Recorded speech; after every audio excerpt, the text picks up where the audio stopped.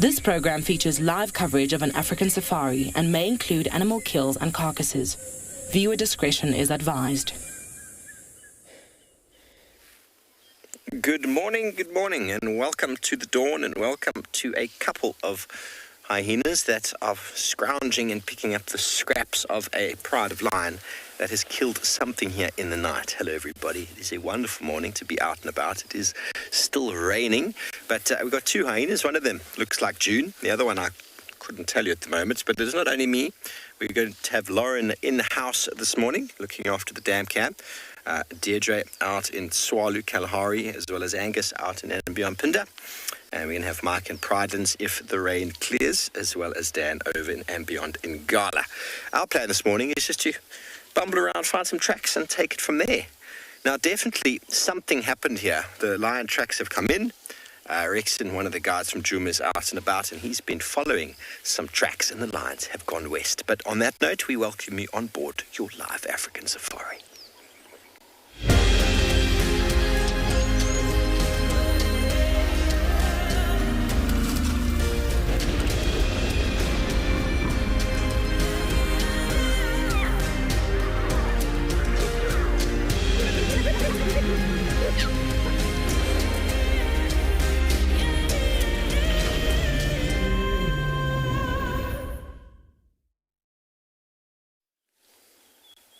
Good morning again. Welcome to a very wet and overcast Djuma Private Game Reserve, where the temperature this morning is 23 degrees Celsius, 73 degrees Fahrenheit, and hyenas are busy cleaning up what looks like the remainder of a kill. All we can basically see there is some stomach content. We haven't really checked it out. Hello, everybody. My name is Steve Fogwitch, joined by Sebastian Rombi on camera, and as always, excited to have you with us on board. If you have any questions or comments, send them through to #WildEarth on Twitter. Throw them in on the YouTube chat stream using the all-important @FC. And if you are younger than 18, get your parents or guardians to send through your questions to kidsquestions@wildearth.tv. Don't forget to go and register on the Wild Earth website, where you can head over to the live safari page where you can submit your questions there. Okay, so I was saying before, Rexon was out and about just before me. He found some tracks of lions heading in this direction. We found those tracks as well, and then a very excitable hyena came running in, and you can see the disturbance on the ground around where this hyena is. You can see that something's taken place there, and the lion pride, I'm not sure who it might be, they've come out, they came in from Arathusa, Simbambili, and they've gone straight back again. So they came in, made a kill, and off they went, and all that these hyenas have got left is probably some bone shards, a couple bits of meat and blood on the floor, and leftover residual smells. And that seems to be what a lot of the hyenas in this area feed on. And it is where, essentially, hyenas developed in the greater scheme of things. Edmund, it is a lot of scavenging for hyenas. It is something they do a lot of. I haven't personally seen them actively hunt on Djuma, although when I was driving around the other day, I saw one physically chase a scrub hare that bolted out of the way. But the grass swallowed both scrub hare and hyena alike. But if there's any bones of anything left behind, they would be able to pick them up. But right now, all we've got is some disturbed grass, probably some rumen content, and probably some patches of blood. I don't see a single bone, which means they probably caught a young impala and probably a female, but it's hard to say. And if it is the Nkuhuma pride, an impala is not going to go very far with them. If it is the Telemati pride, same story there.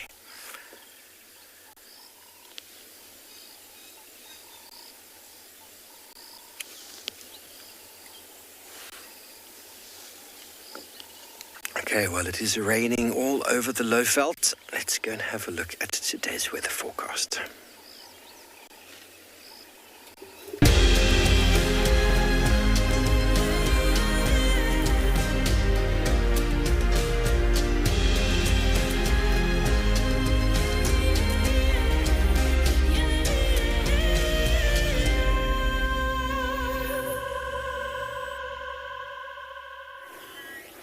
Good morning, everyone. You may not see my face, but I am more than sure you will recognize my voice. My name is Lauren, and I have myself on camera. Lauren is on camera. We are looking at the dam cam feed today. So I'll be playing with all the controls here and just slowly looking to see what we can see around the dam cam. I'm slightly jealous of Steve. He's sitting with Intima. Brand new mummy Intima. So goodness knows what they found there, but they've obviously found something. It seems to be the remainder of the lions. And of course, the den is really, really not far away from quarantine. So obviously they picked up on the scent, and lo and behold, they're coming to investigate. Now, I think we have a grey heron here. Doesn't actually look too much. Wow, live kill, first thing in the morning, 6:05 here in Juma Private Game Reserve.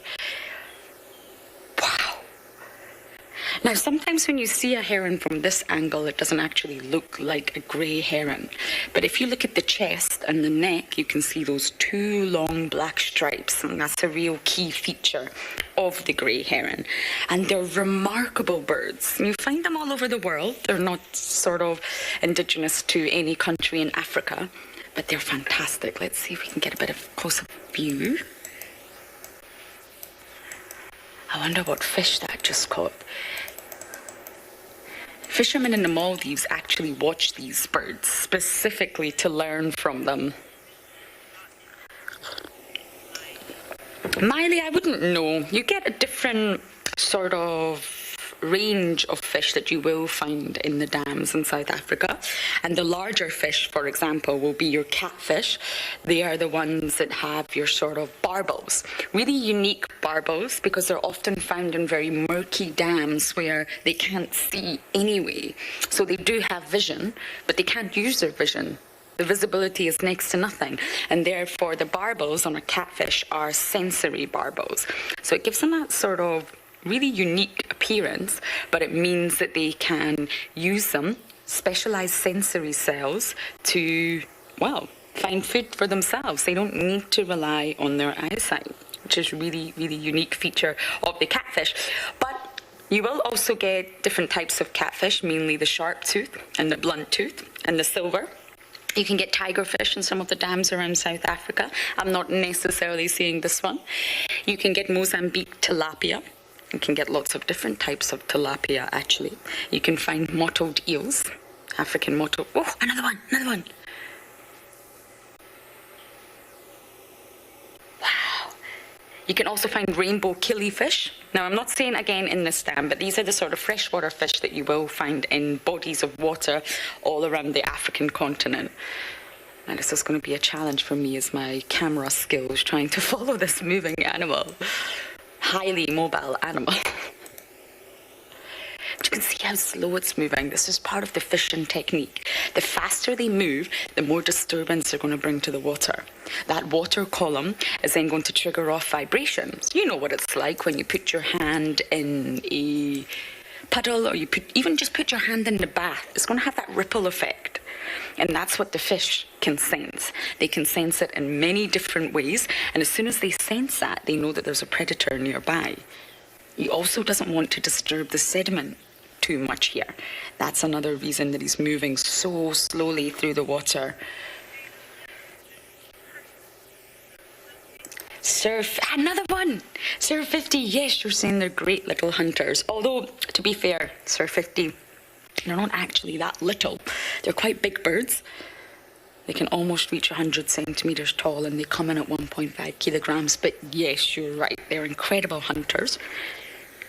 And going back to that ripple effect in the water, fish, even sharks and manta rays, I'm talking about the entire fish category, bony fish and cartilaginous fish, they actually have a lateral line. And this is a fantastic sort of tool that they have. And it's literally a line, but it's a line of very, very special pores, jelly-filled pores. And it contains sensory cells. So what this does is detect pressure changes, and sort of vibrations is not the right word underwater, but pressure change is. And they can detect that to know if there's any threats nearby. Can you imagine? Oh, another one. This is one hungry heron. I think this is the record for the most live hunts in one drive.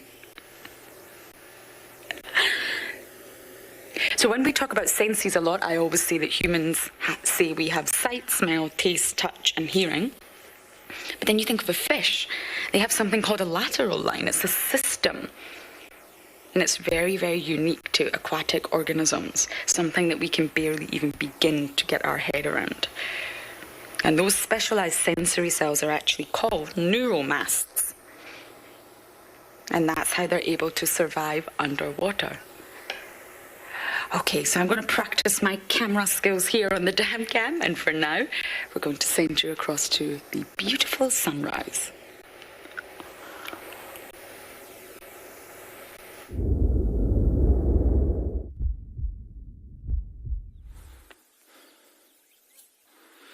Good morning from Tswalu. We've got a beautiful sunrise along the Karannaberg Mountains over there, and I'm Deirdre, back with you again for a while, and on camera with me this morning is Morgan. Morgan, say good morning. All right, so our plan is to actually follow up along the base of that nice big mountain over there to see if we can find some cheetah. There was an update from yesterday evening, so we are heading in that direction, hoping to find some of those spotty cats. But what a beautiful morning, and I hear you've already had heron kills. That's amazing. But, good luck, Lauren, and her camera skills. I'm glad I don't have to try that. I prefer the driver's seat. Just look at that beautiful, beautiful sunrise. It's going to pop up over that mountain shortly. So don't forget to ask us questions at #WildEarth and write at FC at the bottom, and we'll answer. Hopefully answer what we can.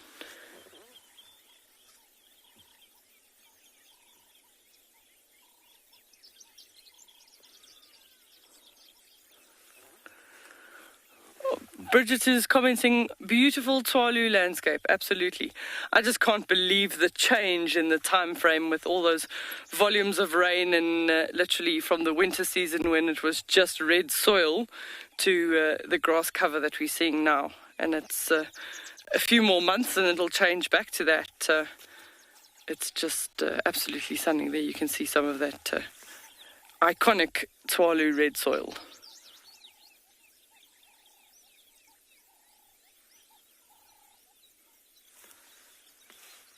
So we're going to start moving to head towards those mountains to try and follow up on those cheetah.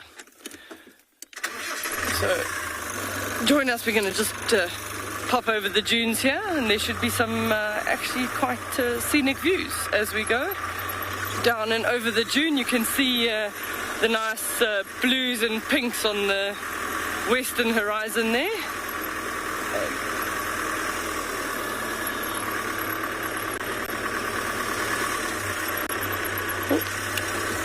So we've been hearing lots of button quails, common quails in the grass. They're actually quite difficult to see. At the moment with the grass cover, it's quite a challenge to find some of the small things. We were hoping to come past one of the little bat-eared fox dens and see if they're still around, but we haven't quite got there yet.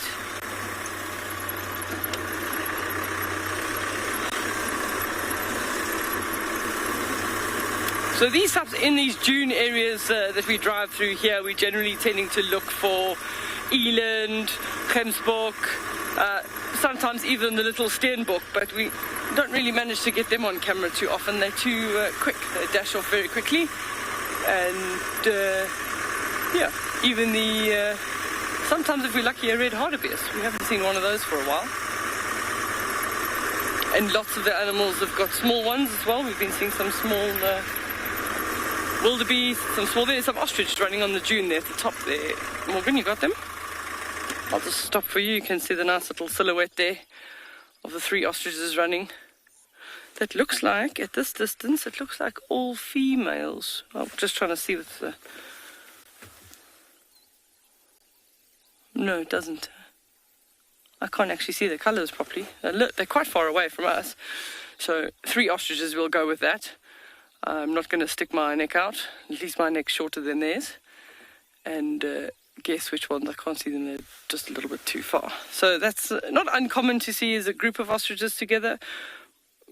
Tends to have that it's one male and then a group of females, but you also do get groups of males. And sometimes, if they just keep coming out the bushes, don't go over the dune. Oh, no. That might be the... Oh, last one. No, they've gone over the dune. Literally right behind the bush.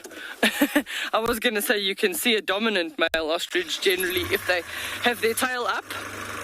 That shows a more dominant male ostrich than when their tails are down, and I was hoping to see that, but now that they've popped over the dune, it's a bit difficult. So we'll carry on. Maybe we'll see them on the other side. But yeah, for them at the moment, it's like Christmas. They've got so much food.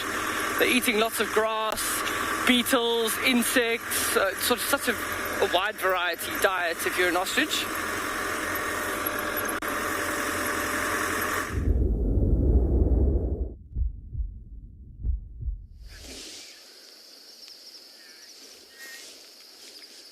Welcome to Pinda. It's a beautiful morning here on the reserve, and we have come to a watering hole. I wanted to just come past here and see what we could find, and I was actually hoping to spot a pair of Wahlberg's eagles that have been nesting, and up in a beautiful rock fig we have found one. So they've been around here in the past few weeks very, very often, and it's likely that they're nesting in one of the taller trees just off to our left.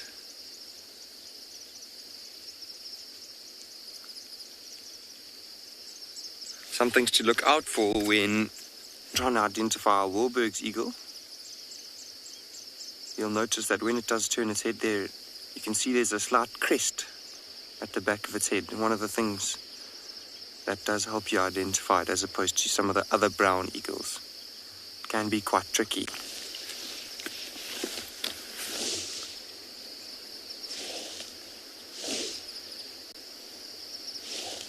I'm Angus Fitton, and behind the camera we have Simon this morning. And I think our plan for this morning, we'll head off and try and look for a herd of buffalo. I'm just looking back up in the tree, and as I've turned around, it looks like that Wahlberg's eagle's just flown away. Maybe we can try and get a shot of those buffalo off to our right, Simon, now that we've lost our bird.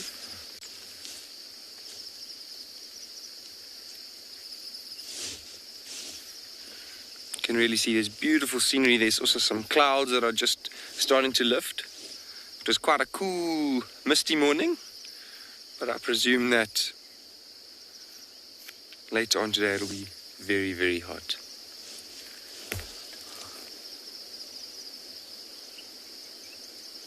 You can see the herd of buffalo now.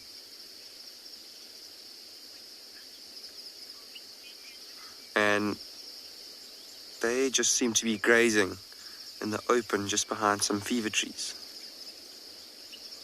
So we're going to carry on going and try and get a little bit closer to them, and hopefully we'll be with you very soon.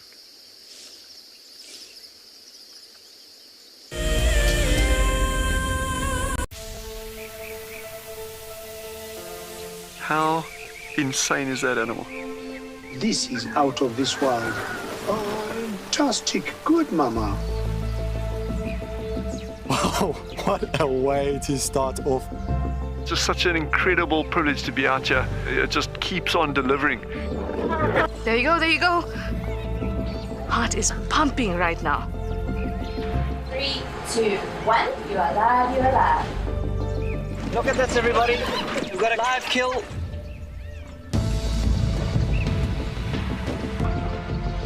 The cock's holding the tail. It's holding tight. Lucky wildebeest.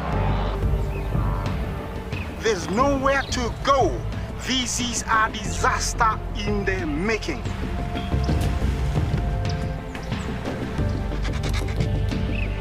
This is the first leucistic zebra I have ever seen in my life.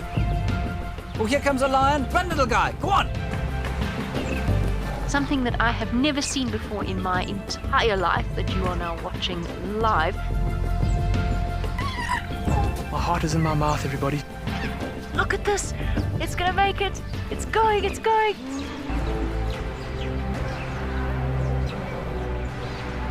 This is just too magical. Hi, little guys. That's great, isn't it?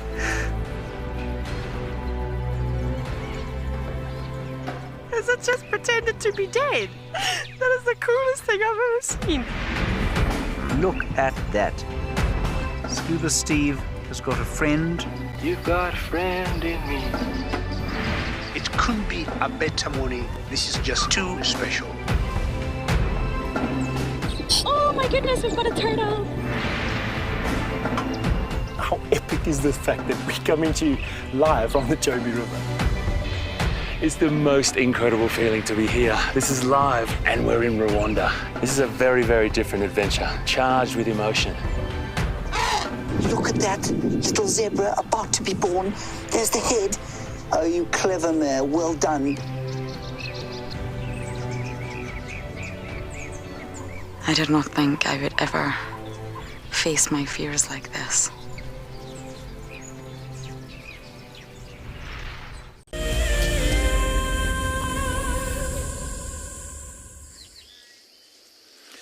Welcome back to Phinda. We haven't actually had time to start moving just yet. But we're just going to sit here and enjoy the sounds and the scenery around this waterhole. It is quite a unsubstantial one at the moment. There has been a lot of rain here at Phinda recently, but it seems like this particular area hasn't seen quite as much as the others. This watering hole is a lot emptier than some of the others, but hopefully we get a little bit more over the next few months or so before the rainy season's over.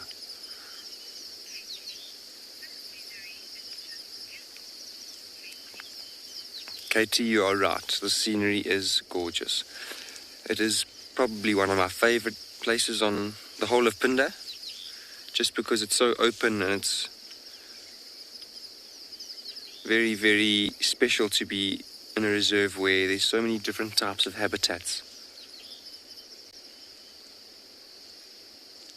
And these open areas obviously help in terms of spotting animals from afar, so that's how we spotted this herd of buffalo. It's also quite hilly as well, so you can see things from higher places.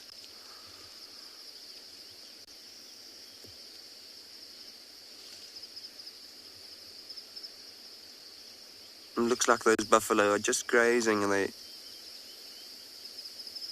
probably have been resting at some point during the night, but they do move around and eat throughout the night and the day.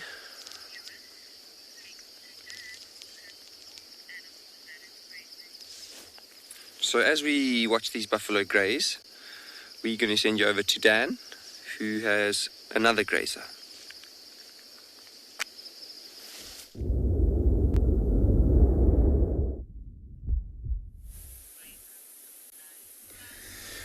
Good morning, everybody, and welcome to And Beyond Ngala. Now, we've just left camp as the rain has stopped, and we've managed to find this beautiful elephant bull.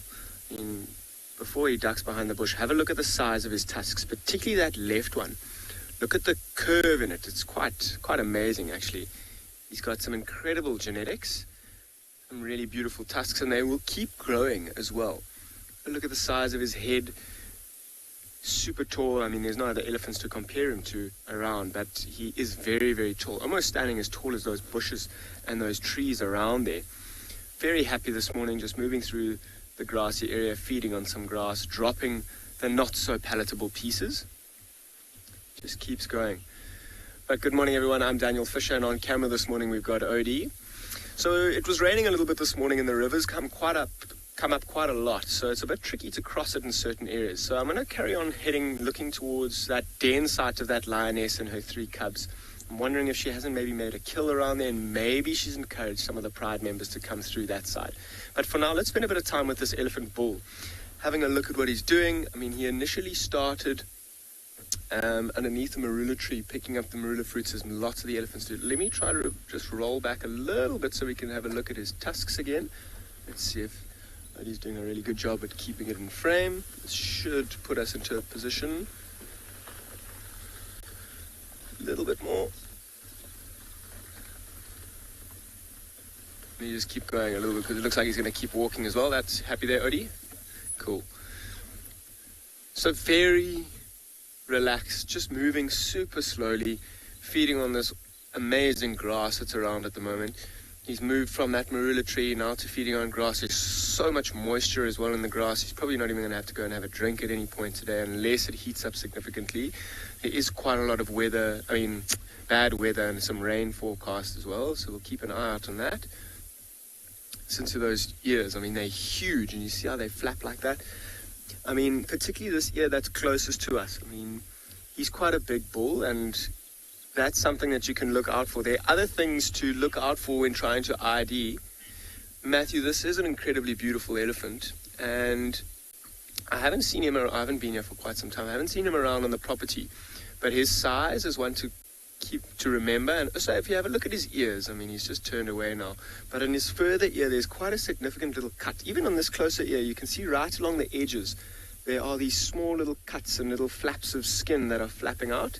Those are good ways to try and ID this elephant, and that might have happened when he was a bit younger. And I mean, even that tree or that little bush that's kind of blocking him at the moment. Let's see if he comes out on the other side. When he's younger, and even yesterday we were watching quite a few smaller elephants running through the grass below the level of the grass. And if there's a bit of chaos in an area, maybe a bull comes through to put some pressure onto some elephant calves. If he's running quite quickly through the bush and maybe he gets a stick or something that's caught in his ear, that will cause these rips. It's quite amazing, actually. Just he's popping out into the other side of the bush, and all you can see is that glowing white tusk. And that shape of it is quite distinct. And at this time of the year, they're particularly white. And the reason for that is all the rain that we've been having. I mean, they use their tusks an awful lot. I mean, whether it's digging up roots or bulbs or breaking trees, scraping off bark, that has quite an effect on these tusks, and it can actually turn them quite a brown, darkish color. But when it rains, that'll clean it right off, and that's why they're glowing so white. Have a look at the size difference in the tusks as well. The right-hand one is a little bit shorter and a little bit more worn than the one on the left, and that'll be because he favors that right-hand side. Look at how that trunk's right in the grass. Doesn't even look like he's picking up. Oh no, he is breaking grass there. Kind of swishing all that sand at the bottom off. Then putting it in his mouth. And then he'll very likely drop those little sandy pieces at the end. Or is he going to eat it? Let's see what he does. Chewing, and drops it. You see, he doesn't want that not so nice tasting and palatable pieces. He just drops that part. He just wants the fluorescence of the grass at the end. And I mean, even if you have a look at his head, like the top of his head particularly, I mean, just his size will tell you that he's an elephant bull. But can you see how it's quite rounded? Like from where his tusks are in his trunk all the way up to the top of his head, it's very rounded. If he's in a herd of females, I mean, the size will give him away that he's a bull. But that head can be a great way to just tell the sexes between elephants. I mean, the females have got quite square heads, and his head being very flat and curved tells us that he's a bull. So I'm going to keep my morning going. I'm going to go and head towards that den site on the edge of the river where that lioness has been keeping her cubs. Let's see what we can find there. But in the meantime, I'm going to send you over to some giraffe.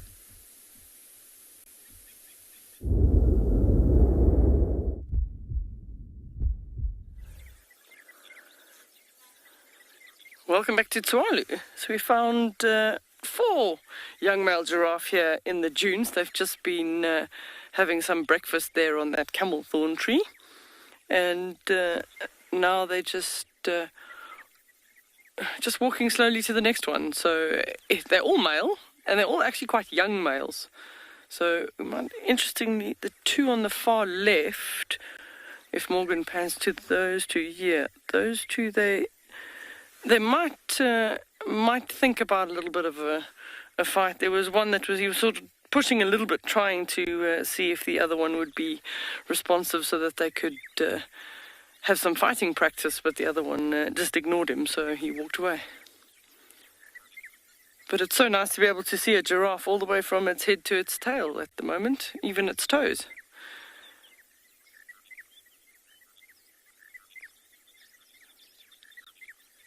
So they don't mind. We find them mostly in the dune areas at Tswalu.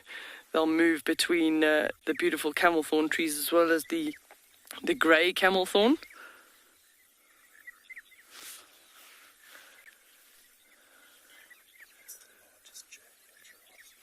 Leanne's asking, what's the largest journey of giraffe that I've ever seen? I've actually seen 22 together that I can remember, and it was on Tswalu, and it was all males. It was, I called it an AGM, an annual giraffe meeting, but it was, 22 is the most that I've ever seen. And then recently, coming through one of the valleys, we were driving along, and it was about 11 of them, and they were running, and just to stop the vehicle and actually hear 11 adult giraffe running, that sheer sound, that ka-doo, ka-doo, ka-doo, as those big feet hit the sand. I mean, because they were running, the impression of their tracks were probably about an inch in the sand as they were running through the valley. It was a really impressive sight. You don't often get to see running giraffe, but that was a group of about 11. So 22, 11, that tends to be, for me, what I've seen, but it'll be interesting to see what the viewers, what's their largest number that they've ever seen of giraffe together. They can pop that down in the comments section. He's just seen something, and I can't see. There were some springbuck in the area earlier, but not where he's looking. So we'll just... Oh, no. He's lost interest, so it must be something quite small. Giraffe are often a very good indicator of showing you if there's predators around in an area. Ivan is asking the question, how long do giraffe live for? So in the book it says plus minus 23 years is pretty much roundabout. But obviously it would also depend on the circumstances of where they live. You know, two mature bulls that are fighting, one can possibly kill the other. So then they don't necessarily get all the way to 23. But also the content of the leaves and things that they eat is what wears their teeth down. And normally it'll be as a result of the fact that they no longer have sort of much left on their teeth.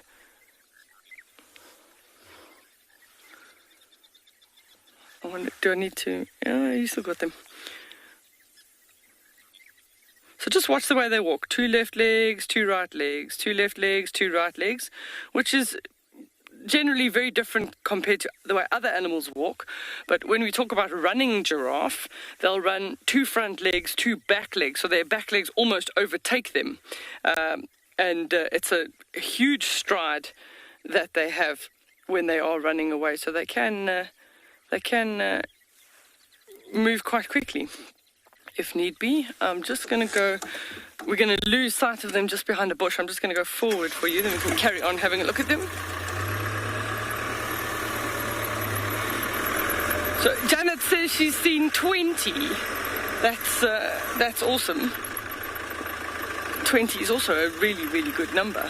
Actually, in my very, very early stages of my career, they said to me that if you sneak up on a group of giraffe and you lie down, and sort of every now and again sort of kick your legs in the air, and they get very curious. And I was, in my training years, we had to go and walk all the roads of the reserve to learn the property. So I was out on a walk and I saw a group of giraffe and I thought, well, this would be a good opportunity to try this. So I did. I lay down and I kicked my feet in the air. And within probably about 15, 20 minutes, I had, it was so many years ago, I can't remember, but it was a big group. It was more than 10. That eventually I had them probably all about 50 meters. Maybe some a little bit closer, all staring at me like, what is that? And you could see the confusion on their faces, and you'd see the bravery. Sort of the one would say, it's your turn. No, it's your turn. Holly is saying 40 giraffe in the Kalahari. That's impressive. At least in these big, large, open areas, you can actually see quite a big number. But 40, I think, yeah. Hopefully, I think that's the morning record. So that one's he stopped at a grey camel thorn. He's busy feeding on the grey camel thorn. They're slowly going up and over the dune. So we will start losing visual of them at some point. What a beautiful scene. And the monotonous larks are just calling.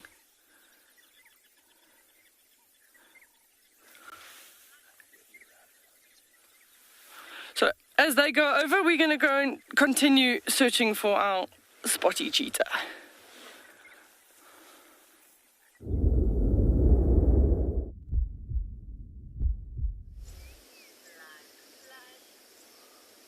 Welcome back, everyone. You are live at Phinda, and we have just found one of the most endangered mammals on the planet. This is a black rhino.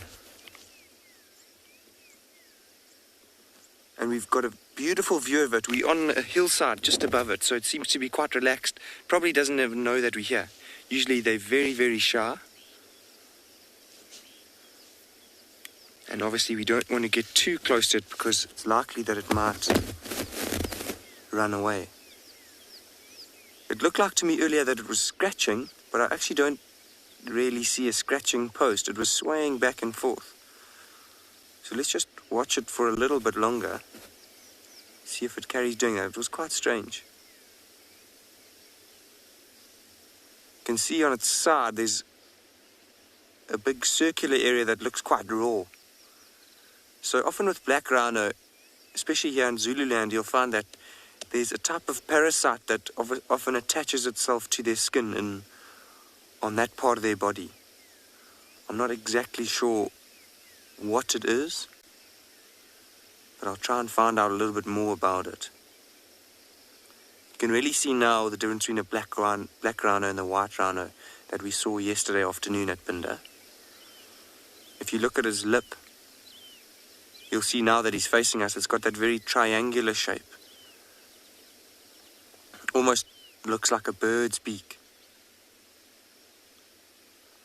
And that lip helps him to browse, so black rhino don't eat grass at all.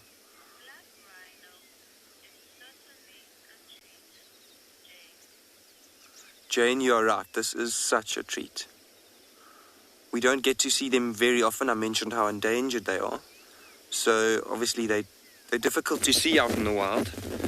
And I think we are lucky here at Phinda because we do see them not very often, but probably more so than a lot of other places around the world. Definitely more so.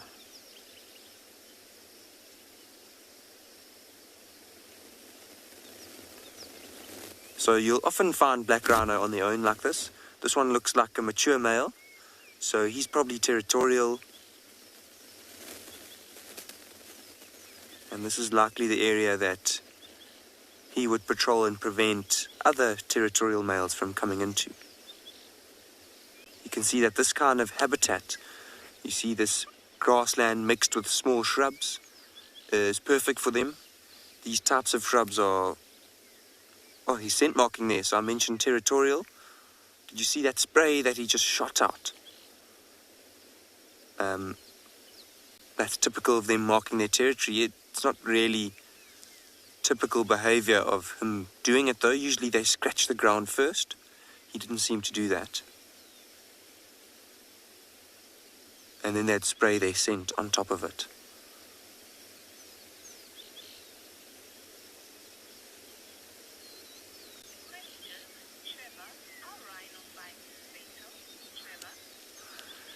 Trevor has asked if rhino fights are fatal. I think it is possible, Trevor, but usually they aren't. So, as with a lot of the other bigger animals, they're quite rare to see rhinos fighting. Just because usually size matters. So, if the rhinos are matched in size or similarly sized, then would be a case where they'd fight. And after a while, usually one of them will give up to prevent, obviously, a fatality. But yes, Trevor, it can happen, but not very common. You can really see that saddle-shaped back now. If any of you were with us yesterday afternoon when we saw those white rhino, I mentioned how a white rhino has a very prominent ridge on its back. And now you can see that with a black rhino, it's more of a saddle-shaped, more of like a horse-like back.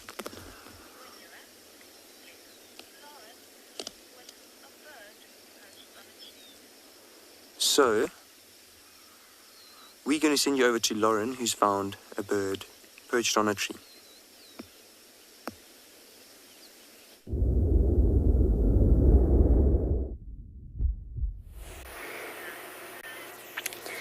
It's not a different bird. It's the same bird, but I just thought the views were spectacular. It's perched right at the top of this tree here, and the sort of area behind is looking northeast. So it's looking into Buffelshoek and the sort of northern eastern corner of the reserve here. Now, for being quite heavy birds, this is impressive that they just perch themselves, because the foot structure of a grey heron is more adapted to sort of wading. That's what we were watching earlier. The bird was wading through the water ever so slowly. But here, it's utilised these specialised feet to perch onto the edge of the branch here. Now, I wanted to introduce a bird to you that I'm sure many of you have heard of, but I've been doing a lot of research into. And this is, in fact, the shoebill. And why I'm mentioning the shoebill is because you call it the shoe-billed stork. And it's also called the whalehead. I don't know who came up with that name, but I'm glad that it's not the name that stuck, or the whale-headed stork. But it's actually not a stork. So due to morphology, the appearance, it was thought to be very closely related to storks and herons, which is what we're looking at right now. And the sort of group of birds that the storks belong to are the Siconiforms. And then they looked a little bit deeper into DNA. You can't just base morphology to group animals together. So once they looked at the genetic evidence, it was realised that it's actually not too closely related to the storks or the herons. It may look like them, but they're not related. They're more closely related with the pelicaniforms, which of course is the group of birds that the pelicans belong to. And the shoebills are just absolutely gorgeous. Very unique birds, extremely large, very endangered, and I guess maybe it looks like it's got a shoe stuck to its face, and that's why it was called the shoebill. But they're only really found in special countries throughout Africa, from about South Sudan down to Zambia, and they're very, very rare. If you head to Uganda, you can go to a place near Lake Victoria called Mabamba Swamps, I think. Oh, quickly over to Ngala.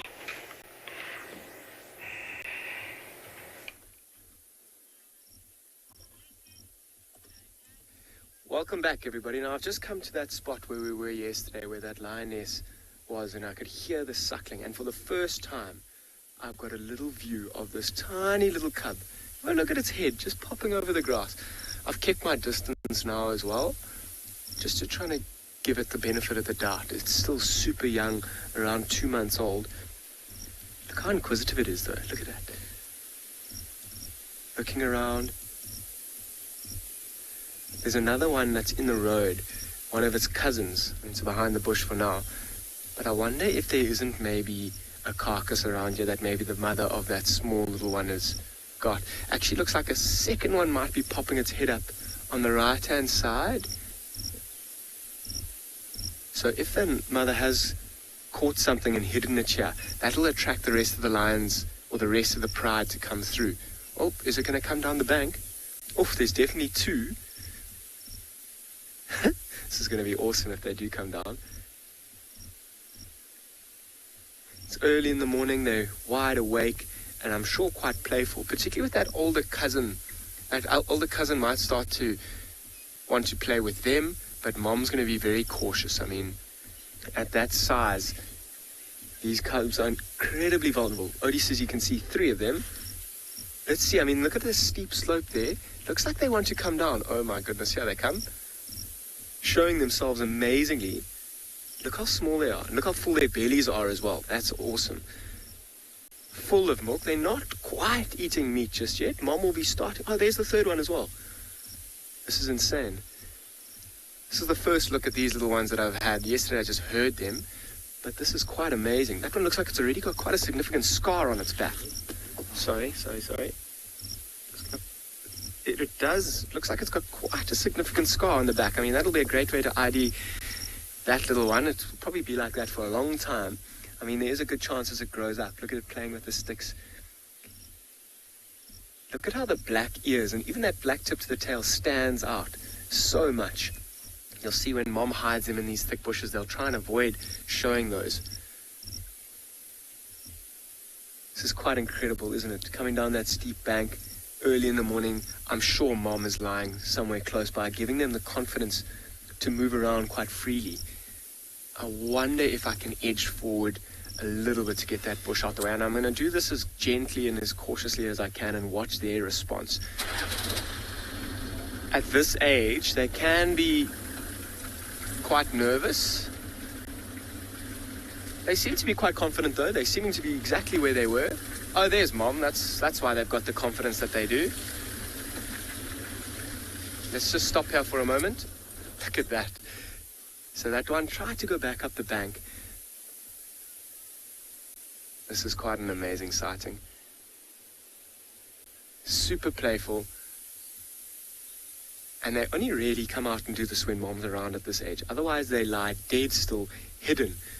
Have a look at that river in the background as well. It's come up an incredible amount last night. And mom just lying there, super proud, super comfortable. On the sand, with the rain that we've had, the grass is quite uncomfortable. How's that for a shot, in fact? How's that for a shot over the river, hey? What an amazing spot. What a good den site. I mean, this female better be careful if it doesn't rain too much, because if it does come up, her cubs could even get washed away. But it seems like she's quite well educated about the weather at the moment and seeing how the river's coming up. Look at the little ones. It looks like they're trying to play with mom's tail. You'll often see her kind of flick her tail up a little bit, try and like cause a distraction and cause them to get a bit excited. Look at that. I wonder how that little one got that scar on its back. The one that's busy being played with on its back has got that big scar. I mean, I don't think it's from its little sibling that's biting like that. Maybe from a hyena or something that came through. There was a dead hyena that I'm sure this lioness killed. Even that one going up the bank, she looks quite pale. Got a little scar on the back of her back, on the left-hand side there.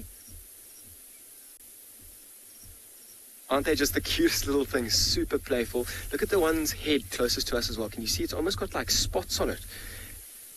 And quite distinct markings, which they will grow out of. Even on the back of that one in the middle, can you see how dark it is and kind of mottled?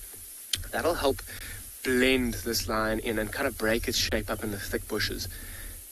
Because they are so vulnerable at this age. When they're hidden, hopefully hidden well enough, they shouldn't be at too much of a risk to anything coming through. But mom will have to leave them for days, if not weeks at a time. And when she's doing that, they're very vulnerable. If they start to move around, play, and call like they are, or they are now, they'll present themselves, and they'll present themselves to danger. Even a snake, a bird, other lions, hyenas, even a leopard that came through here and found these little cubs might even end up killing them. And that's kind of just eliminating competition in the predator hierarchy.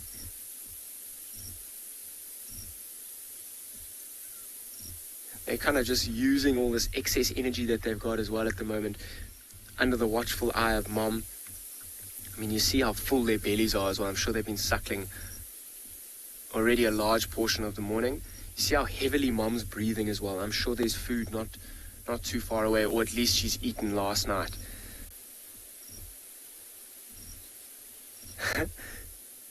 Super playful. Are those little tails almost working as counterbalances when they're running up and down the steep hill. Oh, using mom as a counterbalance there.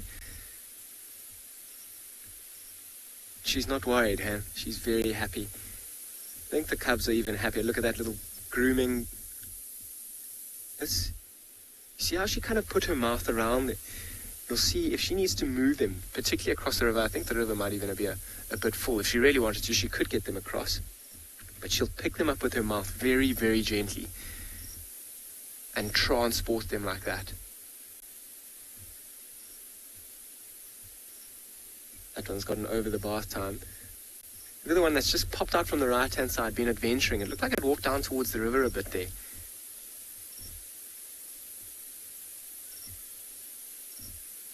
Mom's not really interested in, got the tail in its mouth.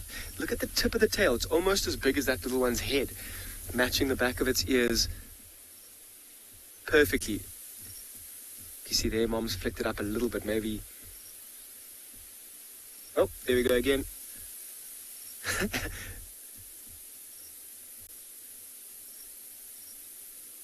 mean, Mom's not even realizing how much joy she's bringing to those little ones by flicking their tail. All three of them now climbing into a little... Oh, here's another lioness that's just appeared. I wonder if there aren't more members of the pride that have come through here. Look at the little ones watching that other one. I mean, that's a relative of theirs, so no threat. Even Mom's watching quite carefully, you see? It looked like a lioness when she came through here.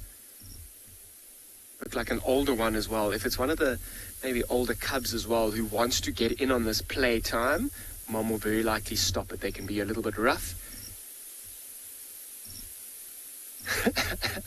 Quite clumsy on their feet still, particularly on that slippery slope. Quite steep as well. See, this one's coming to inquire about that female that's just come through. Or not, just following Mom in that exact same position. Watching. Now, they're at around 2 months old at the moment. I mean, they were born completely blind and pretty useless when they were born. But they've developed so much in these 2 months. Their eyes have now opened. They've got lots more confidence. They're now running around, chasing. And they've probably got about another month or so before they start eating meat. So I've been told in the past week, Mom killed a hyena not too far away here. Obviously, it was a big threat to these cubs. She also killed a wildebeest not far away. That can also be a bit dangerous to these cubs. I mean, they're not eating meat just yet, but having the smell of this carcass around will attract hyenas, and she's obviously had to kill one in the past few weeks. But hyenas in and around this den area is a super threat to these little ones. I want to see if I can't edge a little closer, Odie. Let's try and see if we can edge a little closer, yeah? This is quite important in their lives as well. They've got the confidence of having Mom and a few of the other pride members around. And you'll see we are super sensitive around this den area. Even if we were allowed to off-road, we won't, or we wouldn't, just to kind of be as protective as we can and give them... See, yeah, I'm going to try not to push this little one out the way. Off-roading, there's another line there. Okay. So off-roading can put a bit of pressure on them. We don't want to scare them as well. We want to kind of give them the best chance of having a good relationship with these vehicles and to never ever feel threatened. They also take their cues from Mom. So this is one of the older cubs. I didn't see the one that moved down into the bank. They looked like it was a bit of an older one. much older than this one. And you see it's keeping its distance. Also breathing quickly. I'm sure it's eaten something last night. And mom will also keep a good lookout. As I was saying, these little ones who are around a year old will often try and get involved in that playtime. But they're too boisterous, too big and too strong for these little ones. You'll also see, with these little ones and mom lactating and feeding them exclusively on milk at the moment, these year-old cubs, they're pretty much at the stage where they're completely weaned. They'll normally be fully weaned at around 9 months and start eating meat at around 3 months old. And you'll see these cubs might even go and try and suckle from this female, because she's got lots of milk that's ready, and milk is incredibly nutritious and an easy meal. Even older cubs up to around 2 years old might even try and suckle from a female that's in the pride.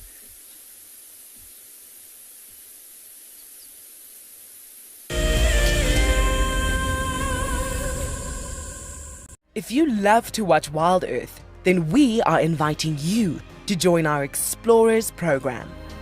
For a monthly subscription, you will have the opportunity to win fantastic Wild Earth expeditions, join our guides for a chat around the fire, receive weekly highlights from our shows, and much more. All the money will go to keeping these live safaris on air, which in turn allows us to escape into nature every single day. I'm Nikki here at Ambient Ngala in South Africa. I love getting questions from viewers about all the small things within the environment and how it all is integrated with one another. If you want to ask me any questions, please simply register with the Wild Earth website, head across to the Live Safari page, and then post your questions there. I'm looking forward to chatting to you on my next Wild Earth drive. I've seen something I've never seen here before. Look at these cubs. One is crossing the river. It's being washed away, unfortunately, but I'm sure the mother is going to save her. Look at that. How beautiful. Look at that. One crossing, 2 to go.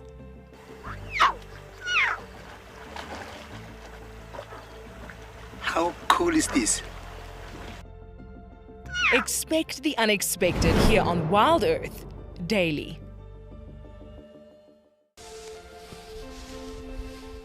Hi, I'm Nikki, your guide here at Ambient Ngala.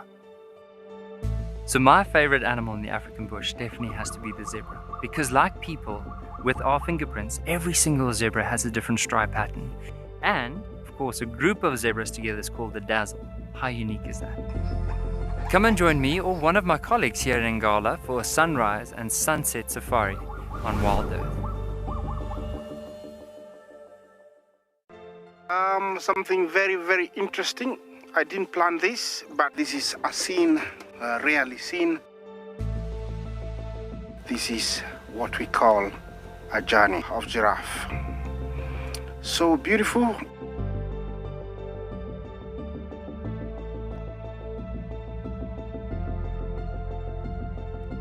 Tune into Wild Earth every single day. It's in your nature.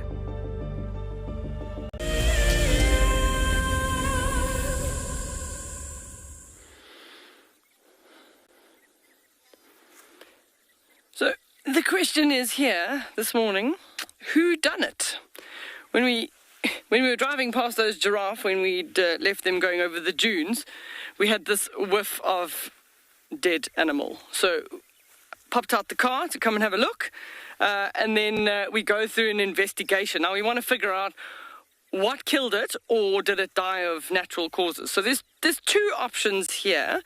If it had been lion, there wouldn't be anything left. So the lion would have eaten literally everything, all the skin, all the bones, all the legs. It would literally just be a rib cage, and that would be all that would be left. So it wasn't lion. But what is quite interesting is that there's lots of eating happening around the neck area, and then there's some eating around here, looking by the front of the ribs, then in the stomach, and then the back area. And what is also missing here is the 2 back legs. So if I if I look at the scene, I would say it either died of natural causes, but it's not really old. If we're looking at his teeth here, he's probably about sort of 9 years old. He's not at the end of his life, so he's still got lots of wear and tear left on his teeth. So probably not a natural death. I would probably say here. Most likely cheetah, most likely a male cheetahs or a coalition of cheetah because of bringing down something this large. The coalition here that's in this area, the two boys are generally quite big, and taking down an adult male kudu is not impossible for them. But why I say cheetah is the way that it's been eaten.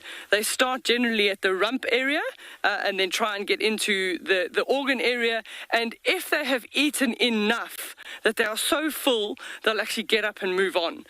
It wasn't either spotted or brown hyena that had killed this, because they would also consume everything. A spotted hyena would have finished everything as well, same like the lions.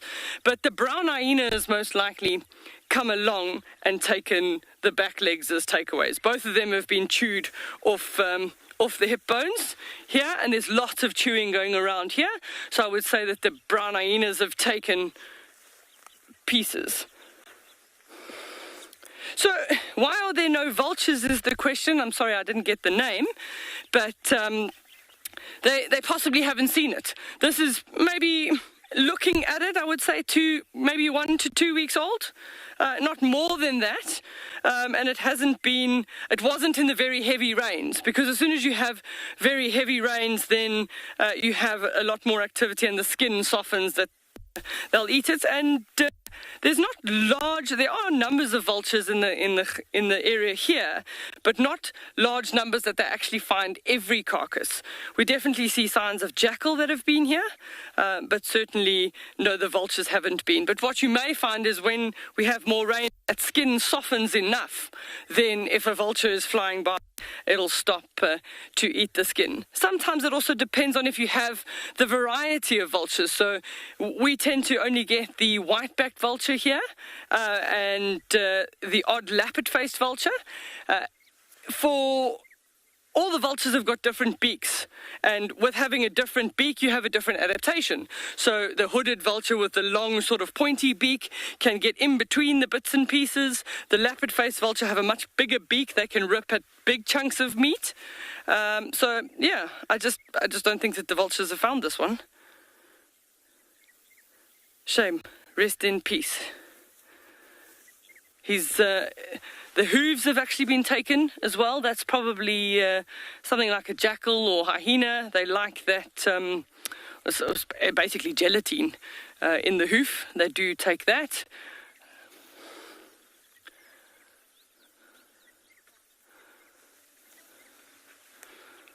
So we're going to leave him in peace, or pieces, and we're going to send you across to Steve that's got some elephants to show you.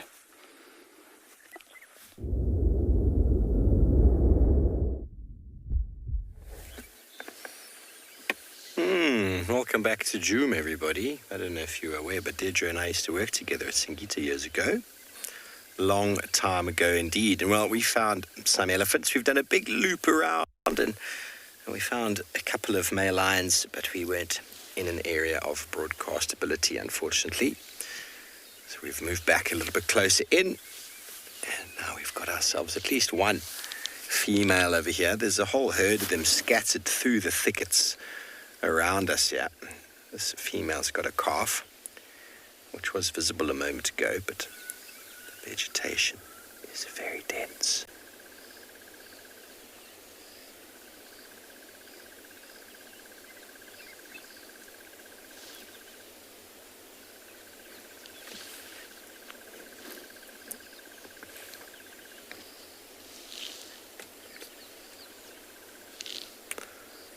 You can see how gentle the eye is. There's the baby behind him here. Aidan, you want to know how old or how long elephants live for? They can live up to 65 plus minus. It's not really the age that gets them, it's the teeth. Elephants are gifted with 6 sets of molars in their life, And about the age of 45, that last set of molars arrives in the mouth. It's like a block of wood, you can think about it. And the first set of molars is the front bit of the wood, and then you shave that off. And then the block of wood keeps moving forward, and then you just keep shaving off bits. So somehow the front of the molars just keep sort of shaving off and falling out the front of the mouth until the last bit of the wood comes out, and that is the 6th set of molars. And then once that set of molars wears down very, very smoothly, and then it prevents them from actually chewing the food at all. And if you've ever collected a whole lot of leaves and sticks in your garden and put them in a pile, that's what elephant dung looks like of an old elephant. Basically, it goes in the mouth and it comes out the other side completely undigested. And so the individuals eventually start to lose condition, and that's eventually what kills them. But here in the Sabi Sands, or in South Africa, where the elephants eat a lot more sort of trees and bark and wood, their teeth wear down a little bit more, just due to the sort of abrasion activity. Whereas up in places like the Mara, they can probably live a little bit longer because they're very selective on the grazing that they feed on. Although grass, for the most part, very bulky grass, has got lots of silica in it, and silica is designed to wear down teeth. But elephants, although they are bulk feeders, are very, very selective, so they're always trying to pick the best food that they can get.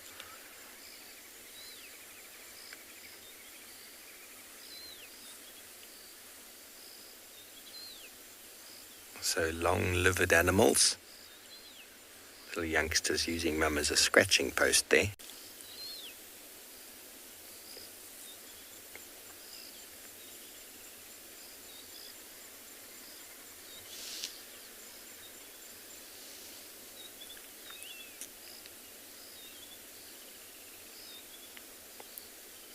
Let's move up slightly and get this little youngster in shot, unless you've still got him. Yeah, but he's moving forward anyway. He's moving.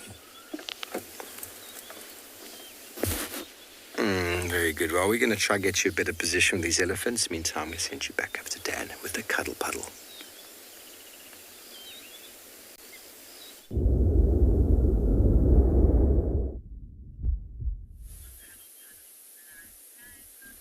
Welcome back. Now it looks like Mom is going down towards the water. Look how full her belly is, and look at those. She's lactating very heavily. You can see her teats that are full of milk. I wonder where she's going. Is she going to have a drink? Look at the youngsters following her as well. Following that black tip, biting that black tip as well.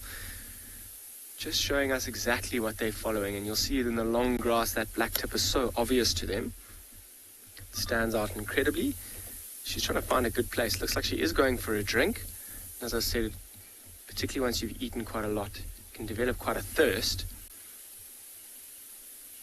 And it was quite interesting. I mean, the female was growling quite a lot at the two younger ones, and it looks like an older lioness that's here as well, as they got a bit closer. Look at that, though. I mean, this river very rarely flows, and it's in full flow at the moment. And those little ones have just been born on the side here, and that's all they know, is this river flowing and watching it. And earlier they were kind of sitting on the bank watching some of the debris flow by. Super interesting that Mom's taken them so close. I mean, she doesn't really have to worry too much about crocodiles in this river per se. But in lots of riverbeds, in rivers that flow quite strongly, ones that flow more permanently will have a more constant presence of crocodiles, and little cubs on the edge of water like that can be quite a risk, actually. A croc would work out over the past few days that there is a lioness here, and that there is this constant presence of cubs, and that there is kind of a den site. And they'll come and move in and just wait for a cub to get too close to the water before they snatch it up. I know where Mom's going here. She's going kind of to the rest of the pride. I wonder if the little ones are going to follow. I wonder if this isn't going to be like an interesting introduction. I mean, the other ones are very aware that the little ones are here. Let's see if she comes up. I wonder where she's going, and see what the cubs do. It'll be one little communication, and the cubs will run straight back into the thick bush. She may even disappear herself into the thick bush, try and get some rest.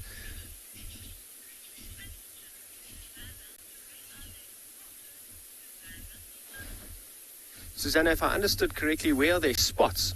So if you have a look closely, they are super small, but on the fronts of their faces, can you see those little patches? And even on the backs of their legs and on their tummies, they've got these small little spots, and along their spine, almost like a little mohawk. They're not as obvious as one might think. They're actually quite light in color, and I'm sure that's that recessive white gene, particularly in the one of them. The one that's closest to us looks like might be the lightest one. They vary in color, but they do have those spots. They are still tiny, tiny, tiny, particularly on the back of its legs there. You can see those spots, and those will be the things that camouflage them in the bush. I mean, with Mom around, they don't have to worry too much about camouflage at the moment. Oh, you see, now this is going to be interesting. Watch Mom. See that older youngsters now come into play. I'm sure Mom's going to be over here very quickly to try and watch. Oh, there she comes. She's growling. She's going to try and chase this older one away. He's desperate to get involved. Oh, even scared the little ones a bit.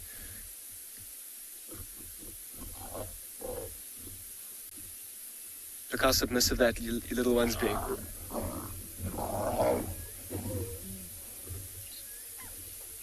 Look at how that commotion is so worried, those little ones. They might even run back into the bush to try and protect it. So lots of commotion. Mom wasn't very happy with that little one. Almost pushed it straight into the river. Look how running away with its tail between its legs. Look how big that lioness is compared to that little one as well. I mean, it's all about lessons out here as well. See now, that one's sibling is kind of moving away, in fact. I mean, it heard the commotion, watched its sister go in there and get a bit of a hiding from the little cub's mom, and they're going to move away. It's something that you do once, get a bit of a smack, and you move off. Particularly if you almost get pushed into a riverbed, lots of growling, a bite, or a push from a paw is something that you won't do too often. But you see, as soon as Mom gave that little gap, the older cubs kind of came in. They were watching and waiting for that small little gap before they got a chance to go in and play. And they still cubs themselves. They're around a year old. They want to play. They want to get involved in that action that was happening. Looked like lots of fun. And now you see how Mom's kind of position. Oh, sorry, we're not. Oh, is this the one in this little dip here? So, just judging by the reaction from that one who's just been scolded by the female, it's come back to the bigger female. I wonder if that other female isn't their mother. Kind of got a big talking to from their aunt, and they've run back to Mom to kind of be comforted. But you have a look at this female. This is the one that was busy pushing and shoving and protecting her cubs. And you see how she's positioned herself now. She's facing right directly towards where that little one went, towards where the other lioness is. She's kind of lying between her cubs and where everyone else is, just to ensure that they don't come back. You see how she's turning her head? She's making sure she can hear exactly where those three little ones are. She wants to try and have a good whereabouts as to where their whereabouts is all the time when she's here. And you saw that reaction to one of her relatives as they're coming in, and that relative wasn't meaning any harm. They just wanted to play a little bit and push and shove with their new cousins. But can you imagine? So Pele, can the cubs growl at this age? They can. It's quite high-pitched, and I don't know if you heard it, but when they came in, they were snarling and they were kind of growling. It's not quite as deep as the growl of that mother, but they can indeed. So they're the little ones, kind of just moving back through the grass. I wonder if they're not getting the confidence to come back while Mom's there and the whole situation has calmed down. But you saw how she reacted with one of her relatives. Can you imagine a hyena came too close? What the response would be from this mother. I mean, incredibly protective and incredibly strong. I wouldn't want to be messing around here. And it's super thick. I mean, anything can kind of wander into here. Even ourselves, when we when you're walking, you can, if you don't know that this area is here, you could kind of just walk in and stumble across it, and you'll find out very quickly that you're in the wrong area. And if you take the female's warning, she'll very likely warn you from a distance, growl at you before she wants to kind of charge or attack. She'll give you a warning. If you heed that warning, things will calm down quite quickly. But if you advance, even once those warnings are given, you're going to find yourself in a lot of trouble. And she's not going to be nearly as gentle as she was on that other cub that came through. It would have been very entertaining and it would have been fascinating to see what that other one would have done if it actually got pushed into the riverbed.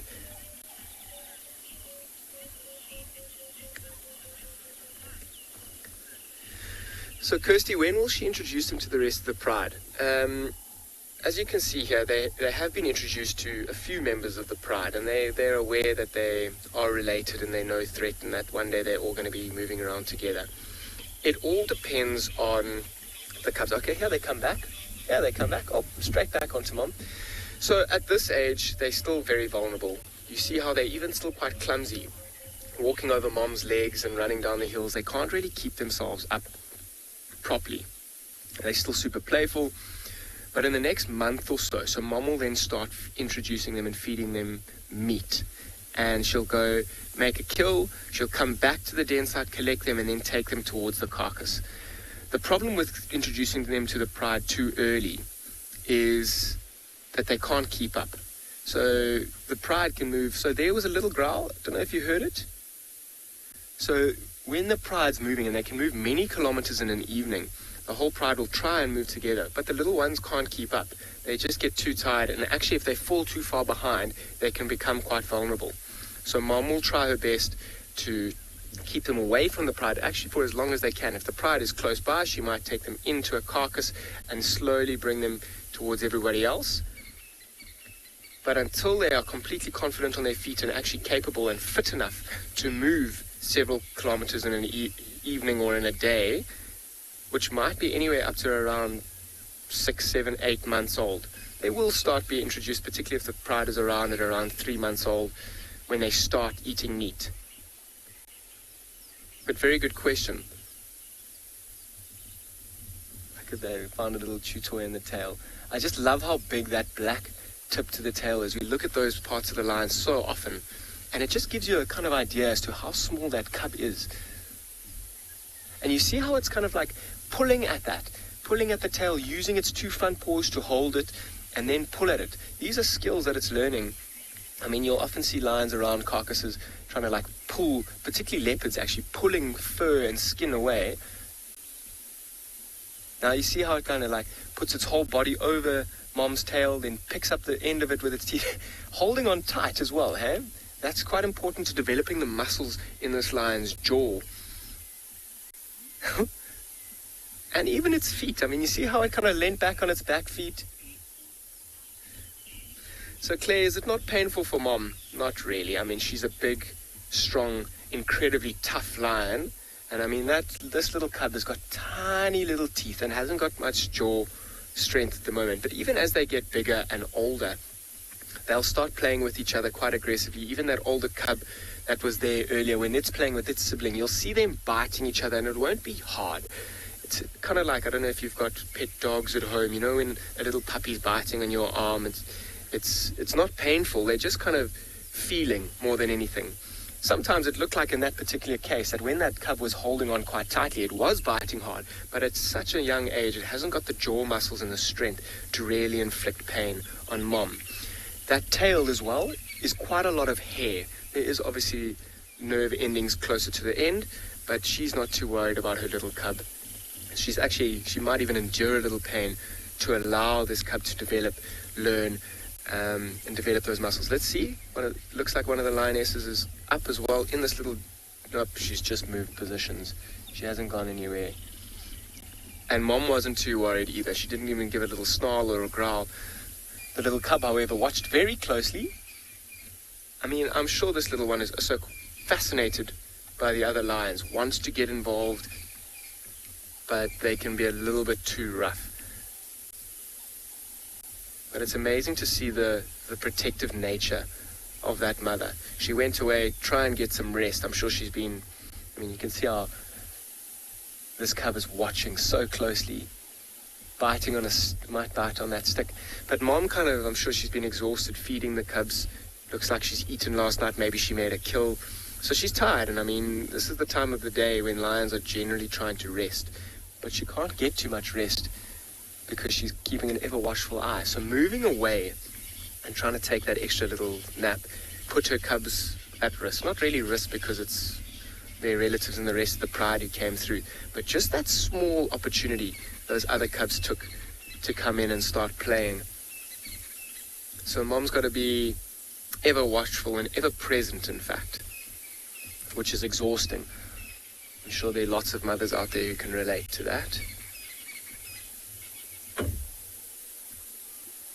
It's a lovely day today as well. It's not hot, it's not raining anymore.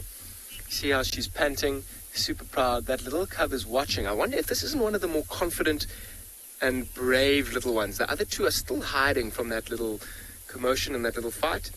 But I'm going to spend a little bit more time here. I think this is an incredible opportunity to watch the development of these cubs while I send you somewhere else for now.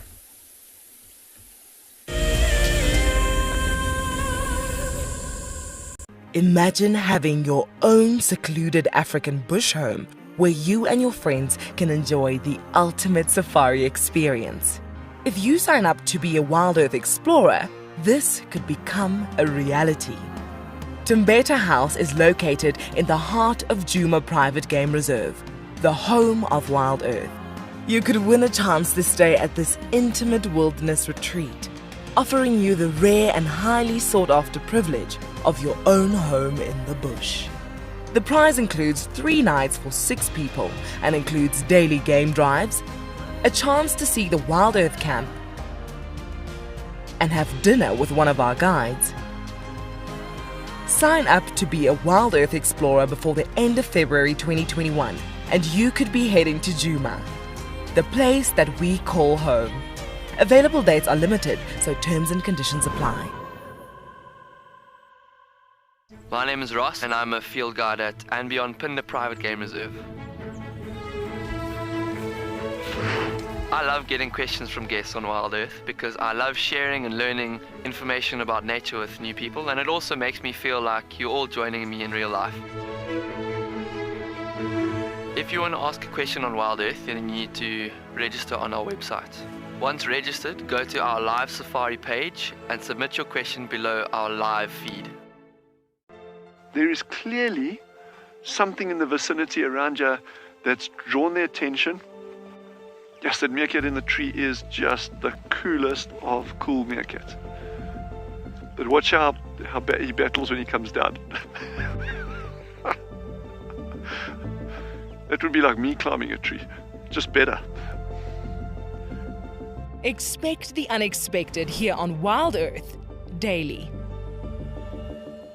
What fascinates me most about the animal circle of life is the intricacies between the large and the very, very small. I mean, it's very easy to go out there and find the large. Once you found the large, the cascading effects down to the small absolutely fascinates me. Alertness and situation awareness is by far the #1 aspect for protecting ourselves out on safari. Catch up with the guides daily here on Wild Earth.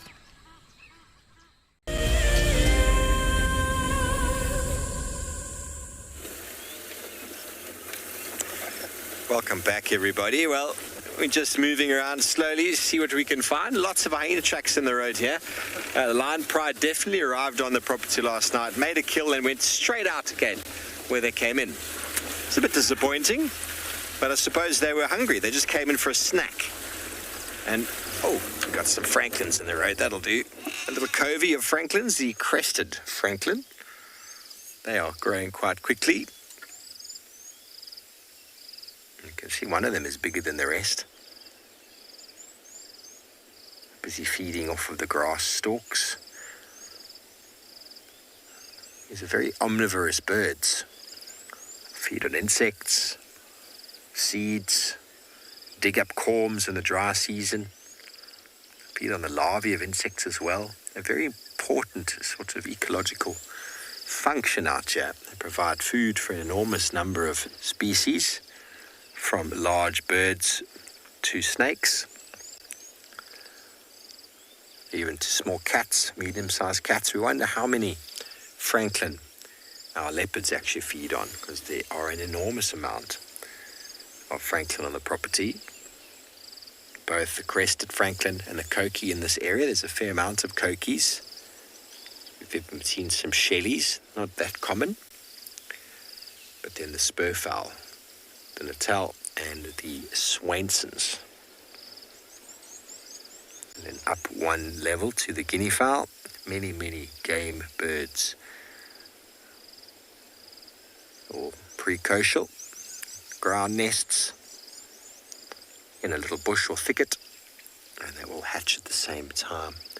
And then follow mum around, feeding on the vegetation and distributing seeds, scratching up the earth, removing fly larvae, which is a very important one.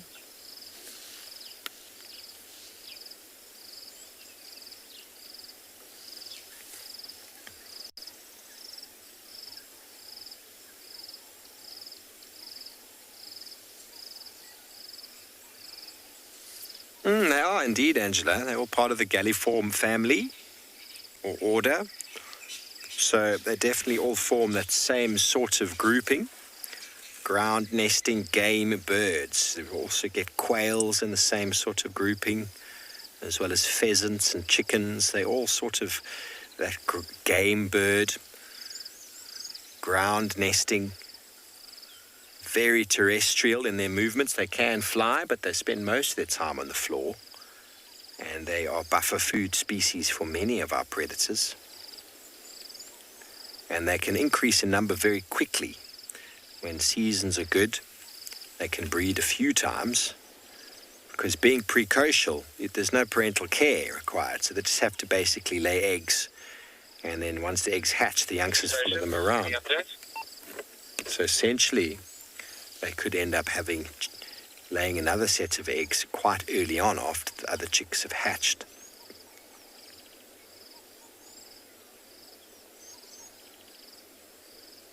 Little covey of franklins slowly moving down the road. Even they don't like walking in the thick stuff at the moment. It's very dense. Very overgrown and also rather wet.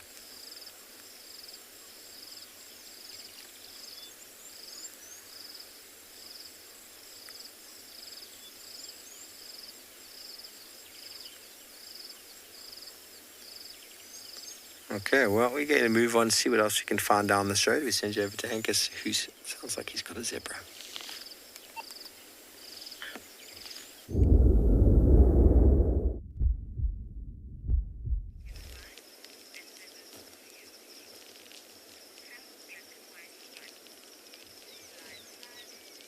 Welcome back. We have found some zebra. We came up on that same hillside that we saw those two cheetah brothers last night, hoping to find them. So far we haven't seen any signs, but I'm hoping that they'll still be in the area. Meanwhile, we found a beautiful band of zebra. Zebra usually live in small family groups. And as you can see, it looks like at least 4 of them together. And it was interesting earlier, it looked like the male, so these family groups usually consist of one dominant male and his females.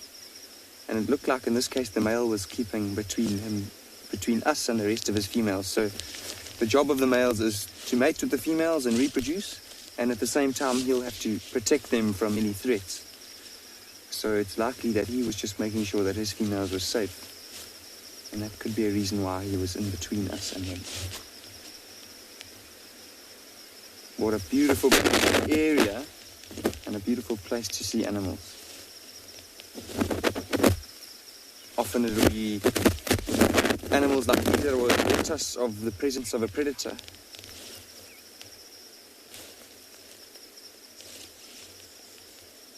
And so what they'll do is they would often stare at something or make an alarm call, which is a loud snort. And they'd all probably look in one direction if they had seen something. So having these animals around might help us find those cheetah. But it's quite a mountainous area, and cheetah can move very far quite quickly if they're on the move.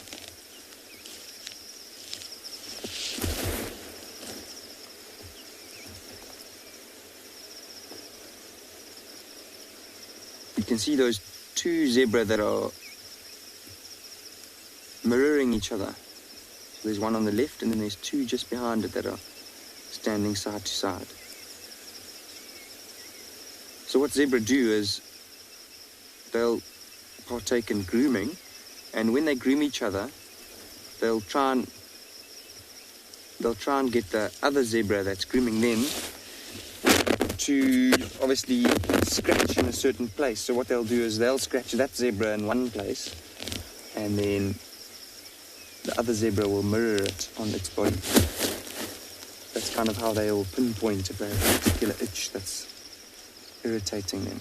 They'll try and pinpoint the other zebra and get it to scratch them there too. Let's just roll forward. I'm hoping our signal will stay good enough. Just want to go a few meters. It's a bit better.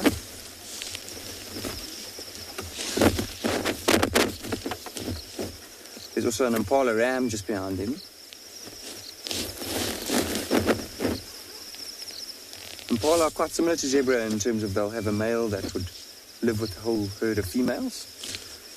With them, not necessarily a small group, but the herds can get a lot bigger than what you usually find here at Punda in terms of the size of the herds.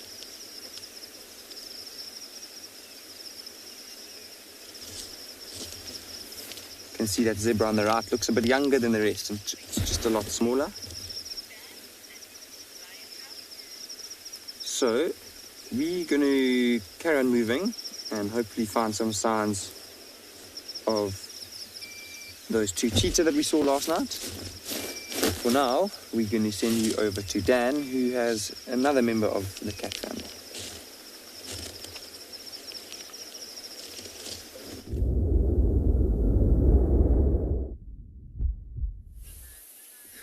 Welcome back, everybody. Now, one of the other bigger lionesses, she's one of the younger lionesses, in fact. It looks like the mother of those next older cubs in the pride. Let's see what happens here. She's getting a bit closer. I think more to greet the female than the cub. But you see how the cub's kind of gone right between mom's leg, and she's feeling quite comfortable. Oh, very comfortable when the cub's between her legs. She's got a real good protection area there. And even though that other lioness is come so close, look at the size difference between, this little one. You see that yawn, super playful this morning. Particularly after spending days sleeping and this morning, lots of playing, it can be quite exhausting. Little children, little cubs, look, maybe it's going to call the other two out. It's gone to watch. Let's see if this, the end of its tail's looking a little bit, I don't know. A few of them have got some serious scars. I wonder what happened. I wonder if something didn't come through and kind of got a little hold of them, and maybe mom came in and chased them off very quickly. In conditions like this, there's lots of food around and they've been eating quite well. Mange can also be something that'll get into, here come the rest of them. Here they come. Maybe they went off, had a little snooze, saw the activity of that other female. She actually went down and had a drink at the water. All three of them are just the cutest little things. The confidence, down the hill they go, follow each other hopefully. Let's see if they start playing with that other lioness.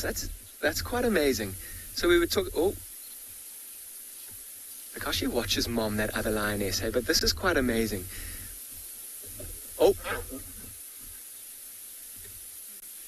See how submissive she was. She turned her head, kind of put her ears back a little bit. Now watching away, she's kind of pretending to not show any interest in those cubs, just to avoid the aggression of the mother. Look at that for submissive behavior. Turns her head completely as if she's not interested and not doing anything to the cubs, just so that she can lie so close to that other female.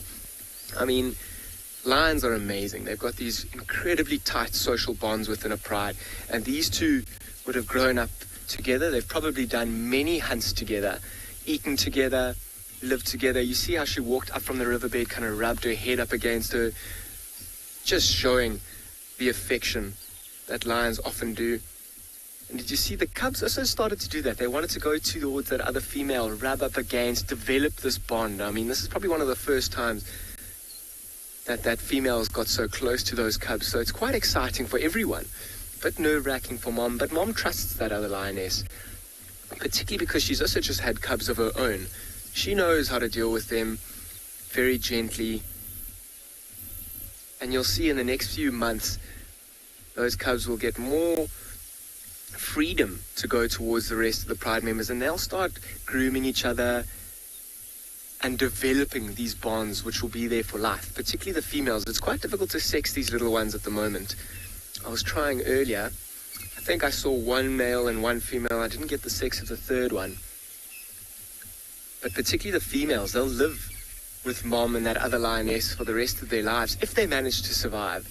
I mean, the fathers of these cubs, the Ross males, are getting a bit older now, and it's interesting to see how long they're going to have with this pride, which is not...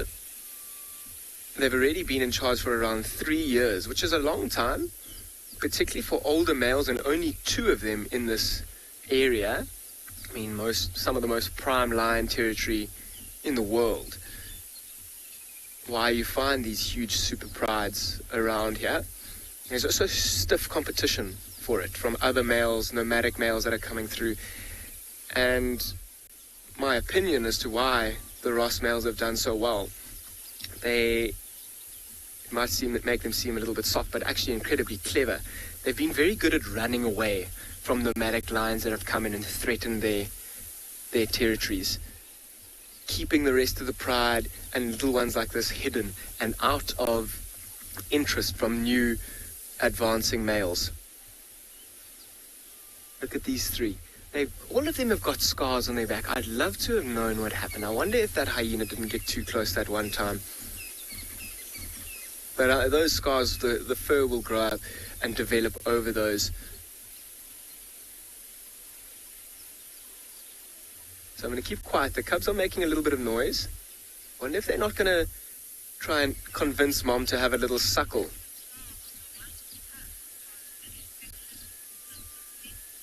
Can the scar on one of the cubs cause an infection? It doesn't look like it. So those wounds actually look like they're reasonably old. They have covered up. They're not deep at all. So they've kind of covered up, and you see how they're black already. I don't think they're at risk of causing an infection over there. I think the risky part of those wounds getting infected is already over. You see how it's dark? It's almost like scabbed over. You know when you cut yourself and it develops this scab? That's pretty much what's happened there. It's already closed up. So this little one closest to us looks like a young male. You can actually see, looks like a scrotum at the back just below its tail. Looks like a young male. All 3 of them lying right on top of there. So I wonder what, I think I saw another young female. Maybe it's 1 male and 2 females.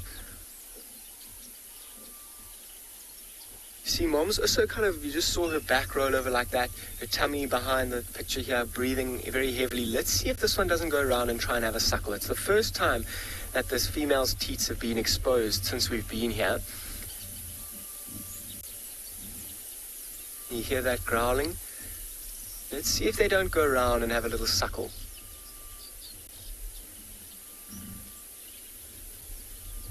Let's see, I mean, they are very full. Maybe playtime is more important than breakfast at this moment.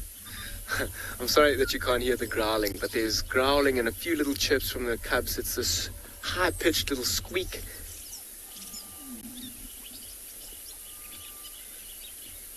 It's amazing. They're just watching in the river, and you'll often see a little piece of foam or a stick come by, and that's super interesting to these little ones. I mean, everything at the moment is so new to them. They're fascinated and intrigued by anything that goes on around them. So Mom's kind of finally getting a little shut eye rolling onto her side, like we're saying, look at this one pulling on that other one's tail. And we were asking earlier, we got a question about what happens if they bite too hard and is it sore? If they look at the condition of that tail now, I just want to have a closer look as well. So at least it's kind of scabbed up. We were talking about the scabs earlier. It has scabbed up, so it's not looking too bad. That may be a distinguishing feature for that lion for the rest of its life, in fact, depending on how deep it is. I mean, look at the tiny little tip of black. I mean, it's kind of been bitten away completely. Very, very interesting. But it'll grow up. I mean, that's not an injury that'll hinder this lion at all. I mean, we were with the Pride of Lions last night, but I'm 99% sure they were the Birmingham Breakaway. Indigo Girl, watching animal behavior is super fascinating, particularly in a family dynamic like this. And I mean, cats in general are solitary, quite secretive animals. Lions are pretty much the only gregarious and social cat like this. So to watch this behavior with the little ones amongst each other, they would play like this normally. But to have the other lioness and the two other cubs around is fascinating. The animal behavior and the interactions particularly are fascinating. I mean, even in these parts of the world, we have lots of hyenas that often come through, and they provide amazing viewing because they are so confident. They often barge into situations and cause and create these interactions between predators, which is absolutely amazing. They're almost like they're there just to cause trouble and create amazing viewing. And I mean, hyenas have got a bad reputation, but they're incredibly important and incredible survivors out here. You know, I wouldn't really like to see a hyena in this situation. Maybe if it came through now, I mean, the mom would chase it away very quickly. But if mom wasn't here, it would be a super threat to these very new cubs. Mom can't afford to keep too much or sleep too much, eh? You see how she got up there, make sure that they are right. I mean, her ears will always be working to listening to where they are and what they are up to.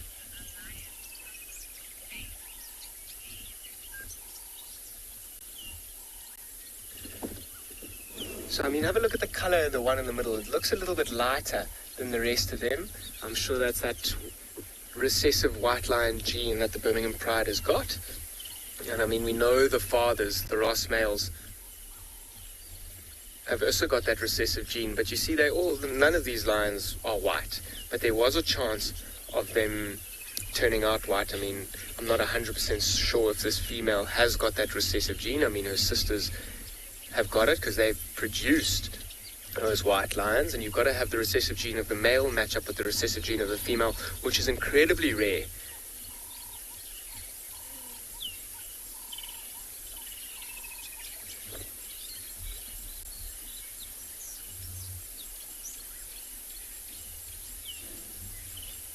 Super interesting. They've been playing for a long time. I wonder if nap time's not going. We saw that one earlier yawning. I wonder if they're not going to try and follow mom's action here and try and get some rest. I mean, it's such small little cubs. I mean, they're feeding quite a lot, and when they do feed, they develop a lot of energy, and a lot of that energy is used to actually grow and develop and strengthen their bodies. But there's also, I mean, in terms of the proportions on their body size and the amount that they eat, there is a lot of excess energy, particularly when they're sleeping a lot in the bushes during the day when mom's not here. And that might be for days. I mean, when was it, 2 days ago, we saw this female, the mother of these cubs, with about 7 of the other Pride members. Oh, look at that paw. I mean, the one on the right looked a little bit soft. But I mean, as they get older, that paw, I mean, even at this young age, you can see how big they are, particularly the front paws. They'll grow and develop into these incredible weapons. And with the claws at the end there, a strong paw can grip onto a prey species and hold it there. I mean, even males, they'll fight one another with their paws, kind of like boxing gloves. And you'll see as that young male that we saw earlier, I don't know which one he is right now, he'll grow and he'll start to develop this mane. And the mane will be an intimidation factor to other lions, making him look much bigger. But it'll also be kind of like a scrum cap around his head, because they do fight with their paws and they are super strong and super big. having that extra protection around your head and your neck, around quite soft, vulnerable parts of your body, is a huge asset to trying to survive. And lions with bigger manes will be able to take a bigger blow from another lion, allowing it to last longer in a fight and maybe get a critical blow into the other lion, which might chase it away. And you'll see we were talking about excess energy and things like that these little cubs will be using. And they'll be using all this excess energy that they get from the food that they're eating.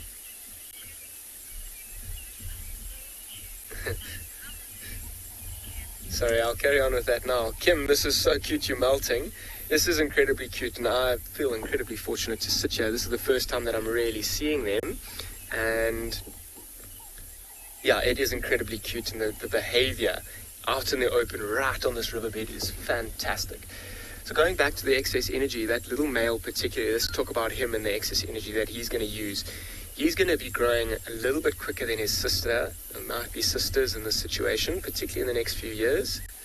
And they'll get to a point where maybe at around 3.5, I mean, it changes all the time, but generally around 3.5 years old, he'll then leave this pride and go on his own way, hopefully with some other brothers and cousins to create a bigger, stronger coalition, which will give him the best chance at survival. And in those nomadic years, oh, got a bit of a fright. Did you hear that growl? This has got Mom's attention. So in those nomadic years where they're kind of fending for themselves, moving between lion territories, picking scraps from other lions or leopards or hyenas or hunting for themselves, is an incredibly important part in their lives in trying to develop this mane that we were talking about. If they are eating very well, I mean, lions spend a lot of time sleeping, conserving energy. If they are eating very well, they'll have a lot of energy to hunt and move around. But if there is excess energy in the amount of food that they're eating, that will go a long way to developing a big mane. Obviously, it has a lot to do with genetics, but if they eat very well, they will develop large manes, which will go a long way to ensuring their survival and the survival of their pride in the years to come. These little ones, you see how they've kind of moved back into the bush? That's their safety at the moment. Obviously, they've got Mom as well, which is an extra safety line. But this is where they're comfortable. And the bushes and the trees that are around here are, the majority of them are buffalo thorns, in fact. And those are pretty tough trees. No animal, in fact, wants to go anywhere really near them. They're super sharp. And I mean, it gets this name, the buffalo thorn, because buffaloes will sometimes reverse or like walk backwards into these trees to kind of protect themselves against lions, because there's no lion that's going to come in through the tree. And having its head outside facing the lions gives it the protection of its horns, and the tree gives it the protection from behind. So having the little den site where these cubs can go in and play in these buffalo thorns gives it extra protection. There's going to be no birds that really want to go in there. I mean, a python, a big python, if it slithered through one of these buffalo thorns, might be able to take one of these cubs, which will be very, very sad. Not unheard of, though. But a real good protection. It's also an amazing place on the riverbed here. I mean, very dense with the buffalo thorns we were talking about, lots of other foliage as well. But you see the view, I mean, along the riverbed here, Mom will be able to look all the way to the bank of the river. You see how she's even looking there now? She can see anything coming from a distance on the other side, whether it be another lion, which would be an incredible threat from another pride to her. She'll protect these cubs fiercely. You saw her protecting them even from one of the other pride members earlier. But yeah, I mean, this vantage point is amazing. Lots of foliage and dense vegetation on this side, and lots of openness, which allows Mom the best chance at keeping these cubs alive. Kind of just moved in behind the bush there. I wonder if they're not going to be settling down in a short while. I love that interaction where that other female kind of got up. She went and had a little drink of water and then slowly made her way towards the mother of these cubs. Kind of had a little greeting, lay right next to her. And that's also an extra form of protection to these cubs, which will be a great thing to keep in mind for that mother and allow her maybe to get a little bit of extra sleep. So for now, I think the cubs have gone into a bit of a thicker area and might be spending a bit of time resting. I might do a little loop around the area here.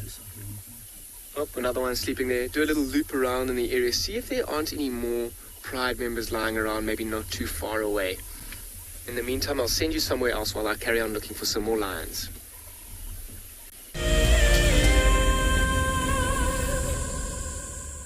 When on safari, there's nothing better than an evening spent under the stars chatting around a fire, with the sounds of the wild all around you. If you sign up to be a Wild Earth Explorer, you can build your own memories by joining our guides for regular fireside chats. Subscription payments can be made by PayPal, credit card, and now bank transfer. Wild Earth Explorers, it's in your nature. My name is Taylor McCurdy and I work for Eco Training. I love hearing from all of the viewers. However, I particularly enjoy those of you who have been watching for a few years. Your questions are just so advanced and they really get me thinking. If you'd like to ask a question on Wild Earth, you need to register on our website. Once you've done that, head to the live safari page and submit your questions below the live feed.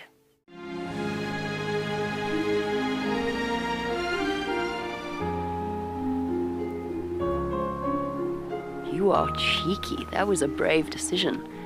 Amber Eyes is...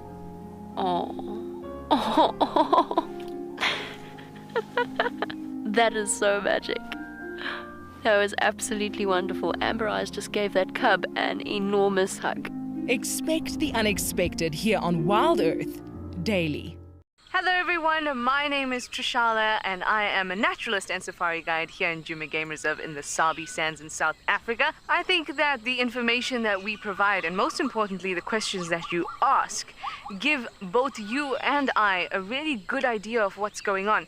My friend Fernando here, he's a flat-necked chameleon and I love them. They're just these gems that you manage to find in the bush. Catch up with the guides daily here on Wild Earth. There we go, first sighting of the baby meerkats. Oh my goodness.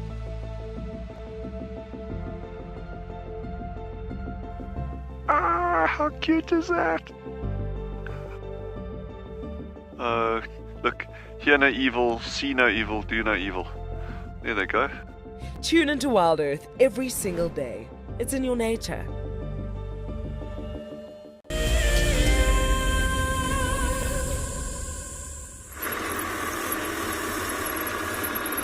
So, welcome back to Tualu. We just busy. The trackers have managed to find the female cheetah mother and three. So we're on our way to get to the sighting. Shouldn't be too long. We're not too far, and yeah, it doesn't sound like she's doing too much at this point. But she's just south of one of the dams, so she's probably. See if anything starts heading towards the water.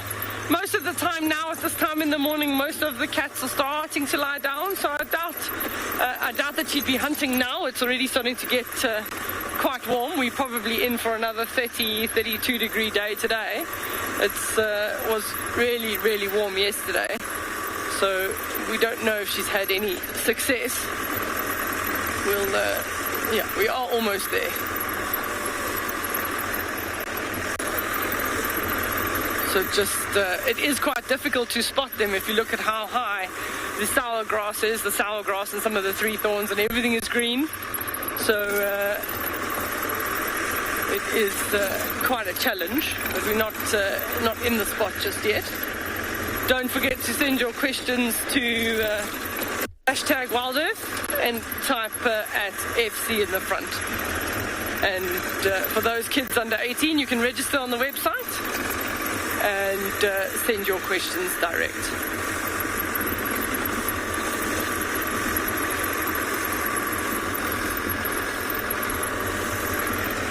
For sure.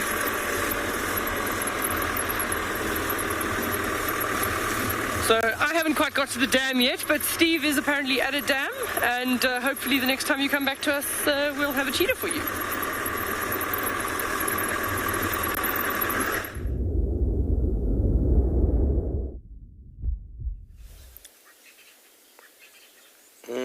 thanks, Dee. Indeed, we have made our way to a dam, and it is a perfect opportunity to just take a few moments of silence, and so we're all just going to switch off and allow you to just enjoy the beauty that is this gorgeous morning's reflection.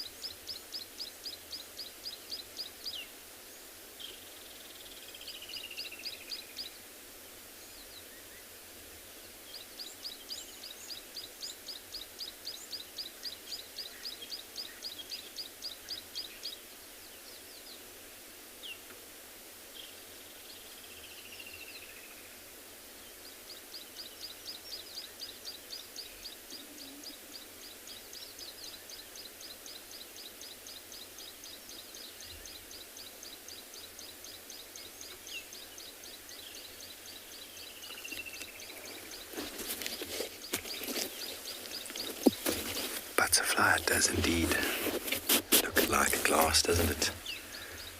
What a gorgeous morning. What a gorgeous way to spend a little bit of time each day. And I hope you all enjoyed a few moments there of silence. And, well, Mike is out and about this morning, and he's dying to say good morning.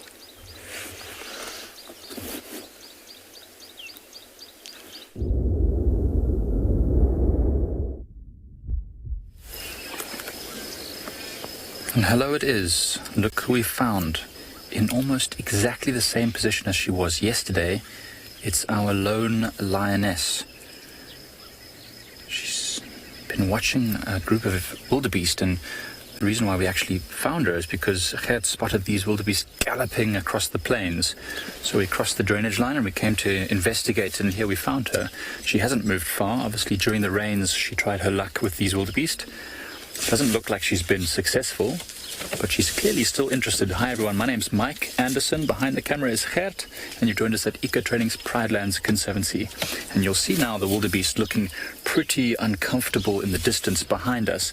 And they're just starting now to move away from the lioness, but you can see they've got a couple of very young calves with them, which would have been what this lioness was most likely after. You can see the calves moving there. Now, there's only 3 calves with them. At one stage with this herd, I think there were 4. So it seems like at some point one of them has had an accident of some sort. It's probably been eaten by something. Oh, that one on the left is trying to suckle again. And its mother is saying, hey, not right now. There is a lion that wants to eat us. And they've moved right to the middle of the open clearing on Impala Plains, which means that it's very difficult for this lioness to get any closer. And from the tracks that we saw, it seemed like these wildebeest were right up against the drainage line, and she must have tried to chase them and just, unfortunately, missed or given her position away at the wrong moment. But she's still just sitting there waiting for these wildebeest to relax. So what she'll normally do is try to, wait for them just to relax a little bit and forget about her, basically. And then once she sees that they are no longer watching her and they're starting to feed, she'll reposition herself into a better position to try and hunt again. As you can see, she's sitting almost exactly next to that same termite mound she was on yesterday. No longer watching the wildebeest, now just sort of relaxing. See, her eyes are starting to close. When we found her yesterday, she would have just started to get active. She was lying down, and then she got up and moved back and forth. And then the whole evening, I'm sure she was up and down, moving about, especially when it was raining, trying to get as close as possible to anything to catch. And I mean, it's not to say she hasn't caught anything. She just hasn't caught anything large enough for us to notice. It's easy for her to catch things like scrub hares or sleeping francolin. Even a young steenbok or duiker could be caught and consumed and leave not even a trace.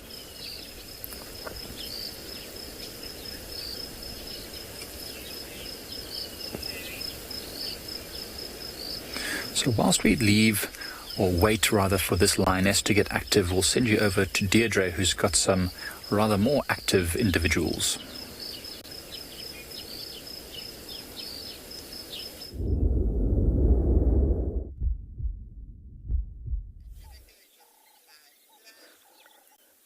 So we've just found the camel thorn jungle gym for this group of baboons this morning. They've come down to drink at the water, and they've been playing on that thing. Here we go. Whoops. Having a good morning play on that dead camel thorn tree. It's quite a big group. There's probably about 30 or 40 here. They all... most of them have come down to drink already. There's one actually drinking at the moment, and then there's quite a lot that they'll start settling down under the trees as it starts getting warmer, but they're just having an absolute blast. So at the moment, with the sheer volume of food around, there's lots of time for play. So it's not like winter when they really struggle to find food and there's less time for play. At the moment, there's so much food available that there's lots and lots of time for play. You can see some of the other up and down one of the other trees in the background there. Looks like, yeah, there's a mum with a baby there. There's a small little baby as well in the shade. So this sort of troop will consist of quite a few dominant males. It's known as an oligarchy. A few dominant males, and then the majority are either sub-adult males, then females and youngsters. But those guys, they're just having a blast there. Who's the king of the castle? Oh, there was quite a somersault. They could probably do a round of gymnastics. I know for the little kids in South Africa, they call it monkey-nastics if you've got young kids. And that's probably where they get it from, is these guys doing their tricks. Whoops. Sometimes you see them that they pull each other's tail and they hang off the tail. And then, oh, there's a big one coming. There's a big male on his way.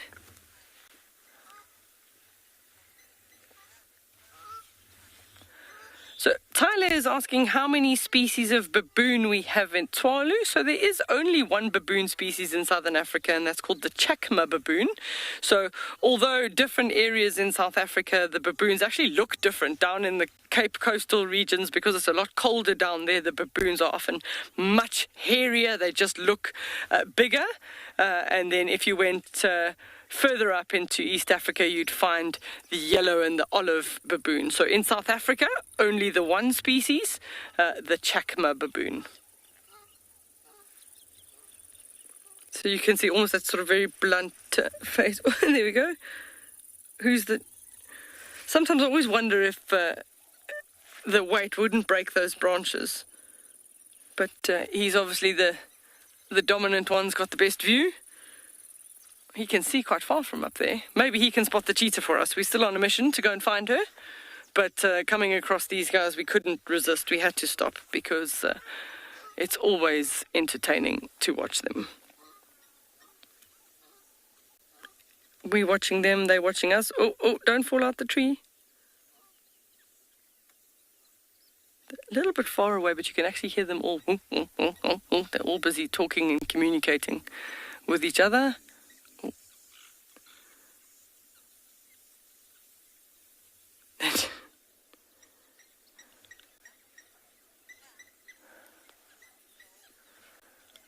So we're going to move on and try and see if we can find that cheetah, and we're going to send you to Dan, who's got something moving.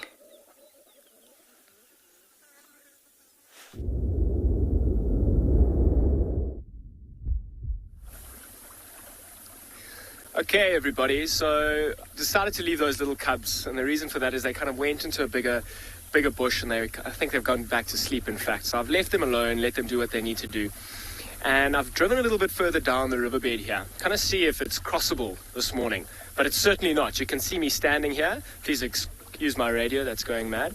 But I just had to take the advantage of taking my shoes off and getting into this riverbed. It doesn't flow very often at all. It's really beautiful, and although it's not raining right now, it's still filling up, and the banks are getting shorter and shorter at the moment. And the reason for that is all the little tributaries and the drainage lines further down the river are still flowing quite heavily into this river. Now, this river will flow all the way through Ngala's property. We've got about 15 kilometers of this Timbavati River, and there will be some permanent pools along the way, but this flows all the way through the Kruger National Park, along the S39, in fact, one of my favorite roads, and until it meets the Olifants, which will then meet into the Olifants and flow all the way into Mozambique, where it will end. But this is a super treat. I mean, having this river flowing like this doesn't happen very often for very long at all either. I wonder if there aren't any fish. The bird life at the moment is amazing. Those little lion cubs on the bank, I mean, they've only seen this river flowing, which is fantastic. I wonder how long it's going to flow for. Watching the birds fly up and down the river, giant kingfishers, pied kingfishers, things that we don't often see around here, but it's a super privilege. And I mean, I had to take advantage of this opportunity to get my feet wet, get my hands wet while it's not raining, and really put myself in here. And actually, I really wanted to see if this is crossable, and it's not. We kind of judge it on the tires. I mean, I didn't even walk a few meters in there, and it was about knee depth. And if kind of way to judge if this water is crossable, you see how quickly it's flowing. if I drive in there and the water's about halfway up my tire, that's a good indicator to tell me not to cross there. And I mean, me walking 5 meters in here, it's up to my knees. It's certainly above my tire. And although it doesn't look like it's too strong, I promise you this water is incredibly strong. It will wash this Land Cruiser that I drive with no problem, with such ease. It's also a bit of a problem for the animals as well. If they want to get to the other side of the river, they can't. Elephants might be able to cross. Lions can cross if they really want to, but it is quite tricky. It also restricts us as well here at Ngala. I mean, this morning I've been restricted to the southern side of the reserve because of this river. Obviously, it hasn't been a terrible thing just because we've had amazing view of that lioness and her cubs. But what an amazing time. I mean, I've loved getting my feet wet. It's 8 o'clock in the morning and I'm busy swimming in the Timavati River. And yeah, I'm going to keep going along the banks. I mean, the trees, the density of the trees and the size of the trees along the riverbed are a really good place for leopards. I mean, it's a tricky time of the year to be looking for leopards. And the reason I say that is because the grass is so long. And even with all the rain, you can't even pick up on tracks on the road unless they're super fresh, which is a good thing to look out for. Also, along these trees, if a leopard does climb up into the tree, it's a really good place for it to rest, even hoist a carcass and maybe sleep in there. Avoid the moisture and the wet grasses around and get some well-deserved rest up off of the ground, away from the presence of other predators. And hopefully there's a kill that's just hanging there. So that's my next plan. Maybe the rest of the Birmingham Pride's around. They may even be on the other side of the river. We haven't seen them. The Birmingham Breakaway Pride that we saw yesterday, as much as I would have loved to have gone and followed up on them this morning, they're on the other side of the river and I'm now stuck on this side, which is not a train smash. I mean, I'm quite stoked. This doesn't happen very often. A rarity around here. It's so amazing to see so much water. And there are little pools. In fact, one of the more permanent pools is just to my left here. It's around this bend here. You see how it bends? It's eroded into quite a deep pool that will be around for a majority of the year, providing water. And you'll see as you drive in the Kruger as well, there are these large pools that are even home to hippos as this river dries up. But I'm sure for the rest of the day, it's going to continue to rise because it might even be raining a little bit further west of us. It's flowing from the west to the east. And as those drainage lines and those tributaries continue to flow, this river will continue to rise. Okay.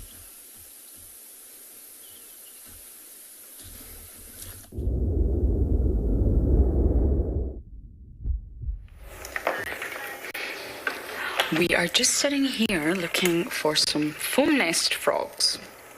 But we can't see the frogs, and of course you can see the nest. These white meringues that are absolutely everywhere around water holes. Now they're produced by a frog, as many of you know, and normally you can actually tell when they're active or not, if you like, when they've got the tadpoles inside, when the eggs have been fertilized. Now the intention of the foam is to keep the offspring, the tadpoles, hydrated. Just like insects, the biggest fear, the biggest threat to a frog is dehydration. They don't want to dehydrate. So the foam is actually very, very moist inside. It retains a lot of water. So in the really, really hot summer's day, not like today, you'll find that the sort of nest does not dehydrate. It doesn't desiccate. It doesn't empty of water. And that's the whole point.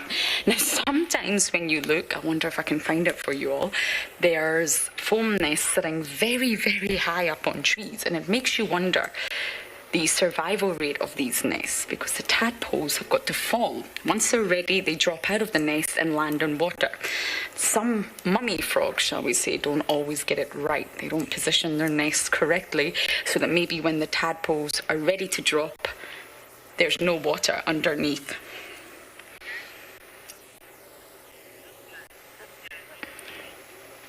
Unfortunately, I can't show you a picture, Danny. Maybe Steve can, if he has a frog book. They just look like frogs. They're very small frogs, and they can change colour.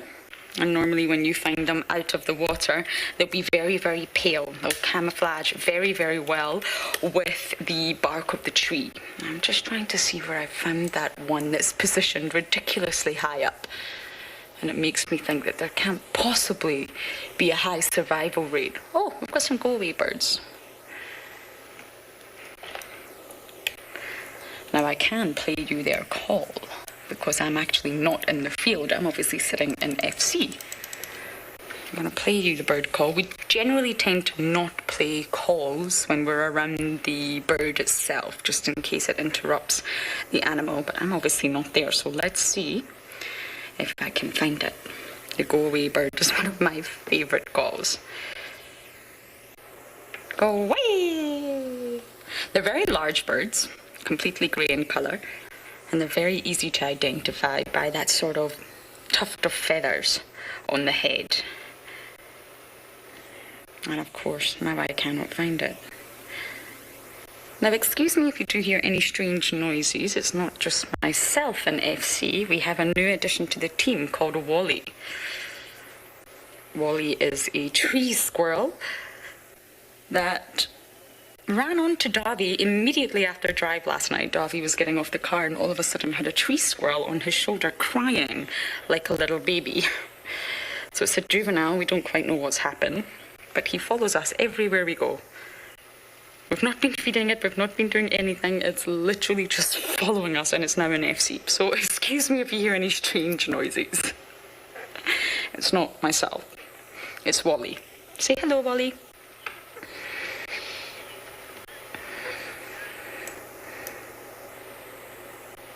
Okay, so I can't find the call, but it does sound something like, go away! And I will keep looking for other exciting things on the dam can, and for now, we're going to send you across to Mike.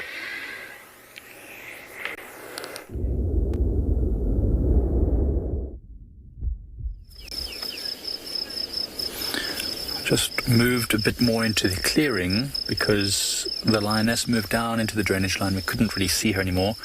We're trying not to off-road because of all the rain we've had, so we'll wait for her to come back out into the open. In the meantime, came a bit closer to these wildebeest. It's a glorious morning.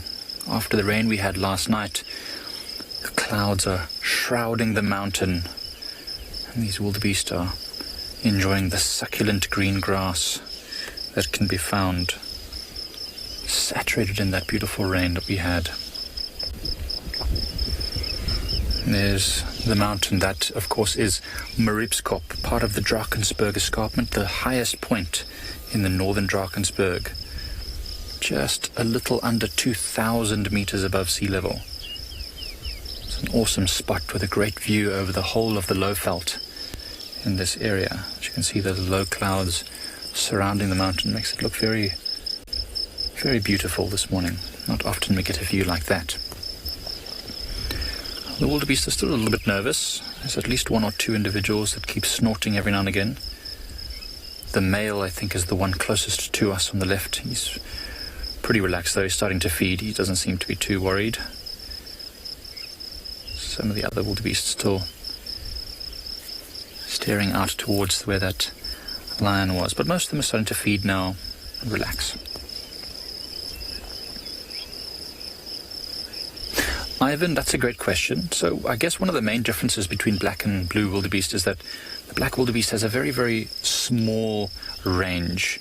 It's mostly confined to the high-veld areas and into the Karoo in the central parts of South Africa and into the western part of South Africa, whereas the blue wildebeest has a huge range all the way from southern Africa, any savanna regions, all the way up through to East Africa as well. And there are obviously subspecies of wildebeest here and there, but they're all coming from blue wildebeest, so they've got a huge range. And then they look a bit different. I mean, if you look at this wildebeest here, it's got this grayish blue color with the stripes on its side.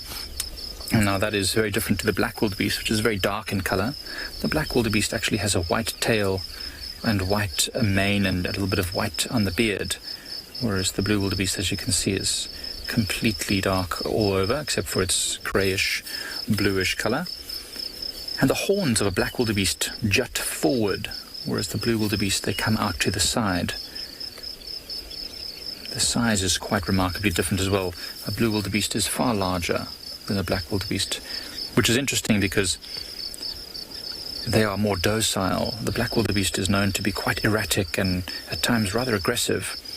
I used to work on a reserve in the northern Cape of the western part of South Africa, and the black wildebeest there would often charge towards us if we were walking around. It was very odd. The blue wildebeest would never really do that.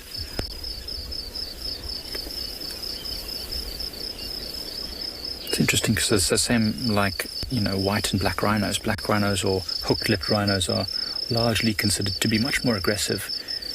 They're also much smaller. Maybe that's exactly why they're more aggressive, because they don't have the sheer size and bulk that the square-lipped or white rhinos have. Some of the youngsters now starting to curl up and lie down after all the excitement. It was really quite recent. I mean, as we were coming around this area, we heard the monkeys alarming, and then Gert happened to look over and saw this whole herd galloping through this clearing. So they've only just started to recover, and now they can relax a bit. All the adults spread around looking in all the different directions. Right, we're going to stick around here a bit longer to see if that lioness comes out and if there's any more interactions. In the meantime, we'll send you over to Dan with some baboons.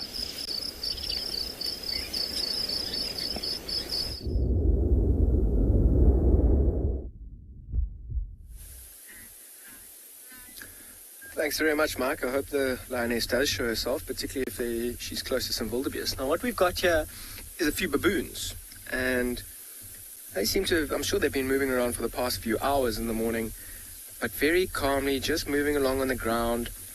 And you see there's all different sizes and ages here. You see a couple of them being a bit smaller, following behind. You might see a female walk through with a little baby underneath her tummy. And they're just moving through the grass here, picking up on any fresh shoots, maybe looking for some fruits. I mean, it is the fruiting season for lots of these trees, so there is lots of food around. Just waiting to see. I mean, I've seen a few big males come through. I haven't seen one of their sentries. You'll often look around in the trees, and there's not many big trees where I am right now. The river is behind me where the bigger trees will be. Lots of smaller quarries and things. You'll often find like a kind of sentry that hangs around, keeping a good lookout for the rest of the troop for any kind of predators. And if there is a predator, they'll sound the alarm. That'll be something that I listen out for as well. And I think this looks like it might even be the back end of the troop. I'm going to move forward a little bit. There's a nice big clearing. Actually, no, they're going to move across the road shortly. So let's give them the space to move across the road. And they do so quite cautiously as well. You'll see some of them stop, particularly the ones in the front, do so very cautiously. Walk, walk, walk, stop, listen, often stand up on their back legs to look over the grass. So yeah, there's lots of them that are crossing the road up ahead there. Let's see if we can quickly catch them. They even seem to be running a bit. I wonder if there isn't one at the back that's kind of pushing them up, encouraging them to move a bit quicker. That looks like a bigger one in the front there. Look at them. See that one at the bottom right? Well, there's a bigger one there, the male. You see him turning around looking at us. I mean, he's not threatened by us at all. He hasn't sounded the alarm or even running away from us. But he's got to keep an ever-watchful eye. Even on us, we're talking here, he can definitely hear us. And there's also females and things walking behind him. Those are what he needs to protect, and his little ones as well. And you'll see there'll be a hierarchy amongst the males as well. He doesn't look like a huge male, but he may very likely be one of the more dominant ones. Just from his size over here, looks like a male. And you'll see the females have got these big red bums or backside. You see that one there? You saw that big red bum, and that'll mean that these females are an estrus. So I might follow them for a little bit. You see how they hop on top there? Lots of playtime. That's a good place to even keep a lookout above the grass. I'm going to keep going, though, seeing if we can find maybe a leopard hanging in a tree. I'll send you somewhere else for now.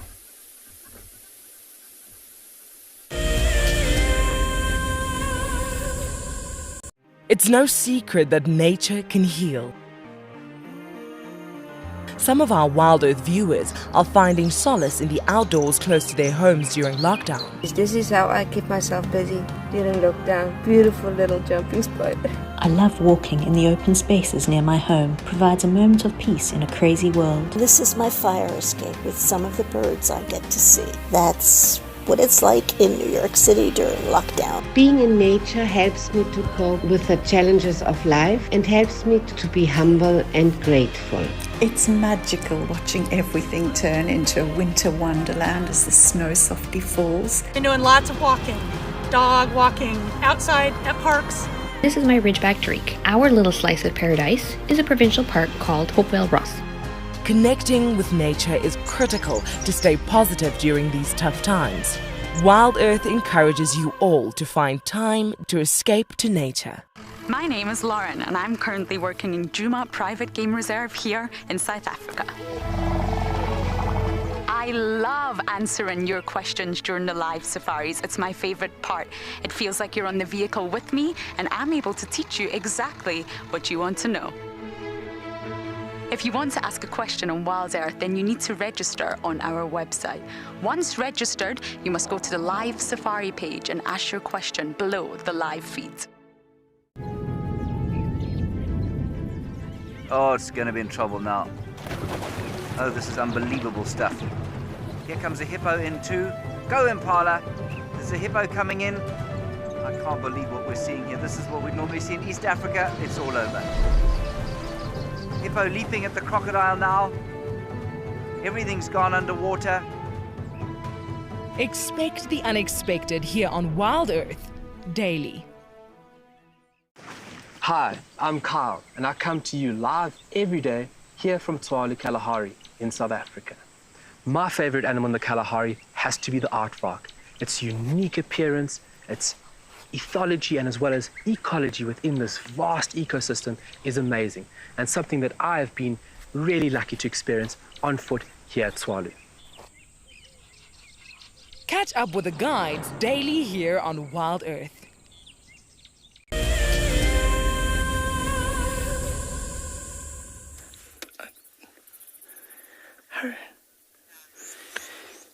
Success! We have found them. There's the three little cubs. She's literally just got up now to move, so we'll probably be driving with her and following her, but she's got three. These are sort of the 5-month-old cubs. I think Moritz introduced them to you literally 5 months ago when they were a couple of days old. So sorry, we'll get you a bit of an angle now. I'm going to end up having to follow. We'll try and go in right behind her. Just give us a second. We obviously don't want to be practically on top of her, so we just want to give her a bit of space. So I'll find the right gear, of course.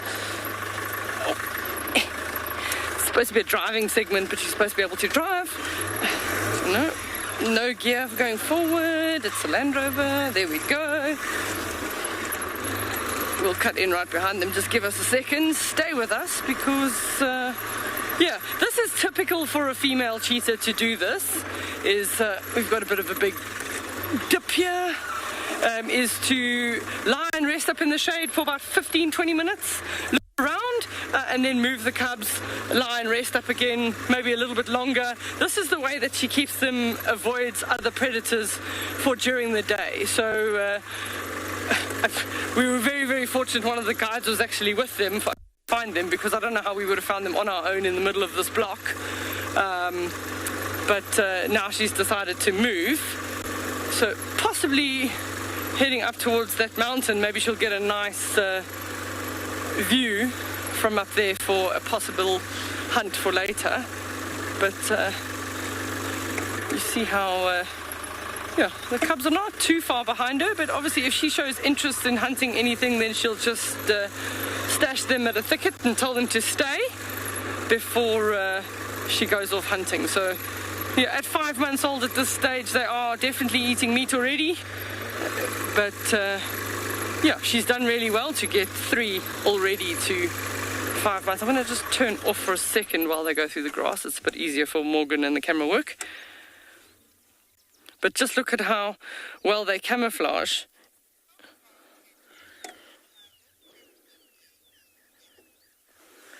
Dennis is asking how far cheetah can travel in a day. Some of the males, the 2 males in the coalition, probably 10, 15 kilometers, and sometimes they'll do that even.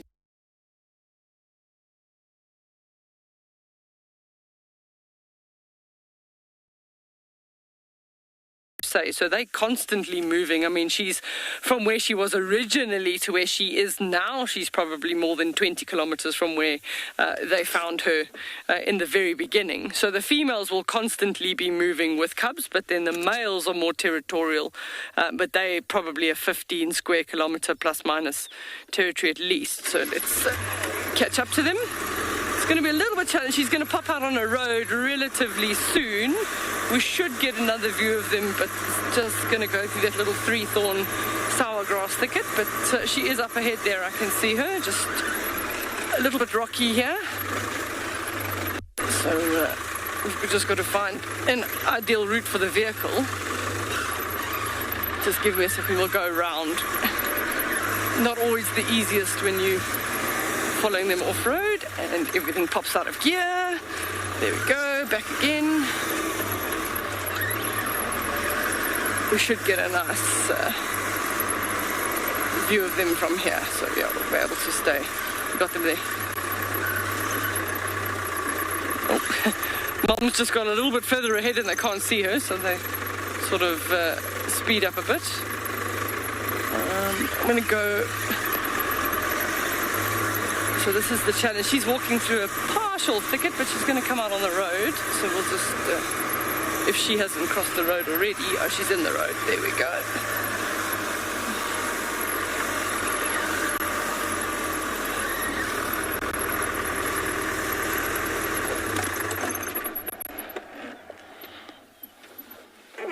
So it is starting to get pretty warm here.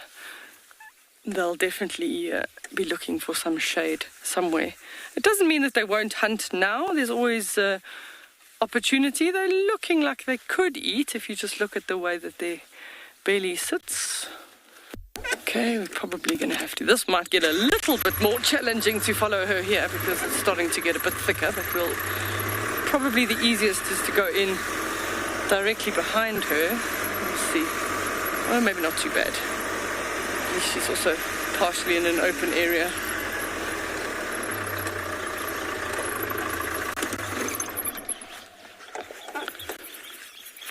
So when the cheetah cubs are really, really small, their first sort of 2-3 months, they've got a lot of hair on their shoulders.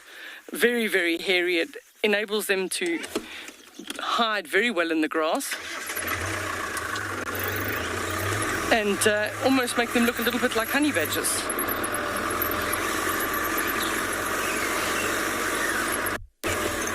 So, yeah. It's just...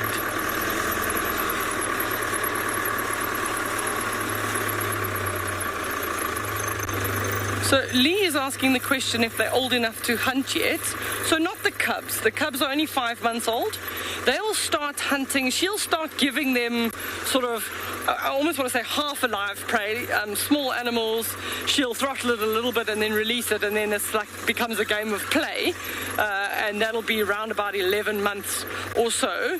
And very often it tends to coincide with the lambing season of things like springbuck or impala, and then there's a lot of young prey that they can work with, and then within the next sort of 3-4 months they learn quite well, and then they hunt together as a team with the mom, and then when they're about 16 months old they'll go off all together. So even if there's males and females mixed in this group, they'll all live together for a couple of months helping feed each other, and whatever's males will stay together and form a coalition. That's a better chance for success.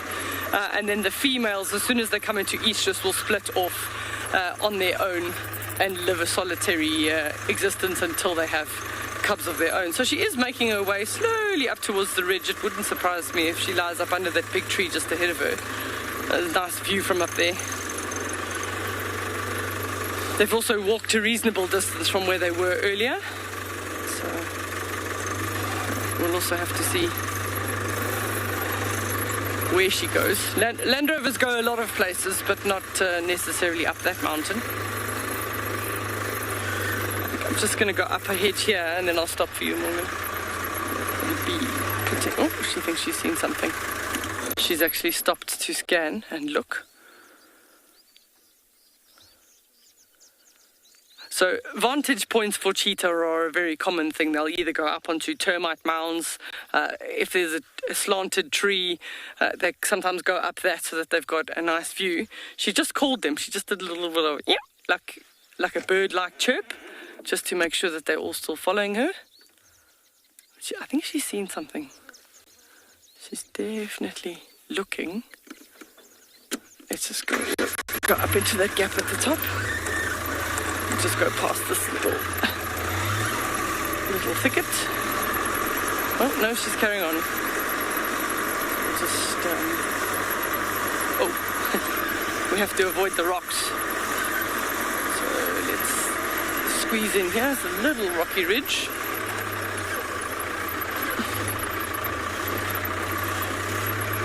Let's just stop here for you. And then you should see them come. So they're quite obedient. They just follow.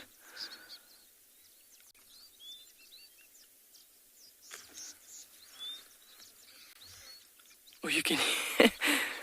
There's two starlings that have just shouted at the mother. She's just spooked them out the bushes. Nice, I wonder who she is. We may start having difficulty following her. I'm just going to go and see, depending on whether she goes around the base of the mountain or... So we're going to send you across while we'll stay with her, and we'll send you across to somebody that's got something.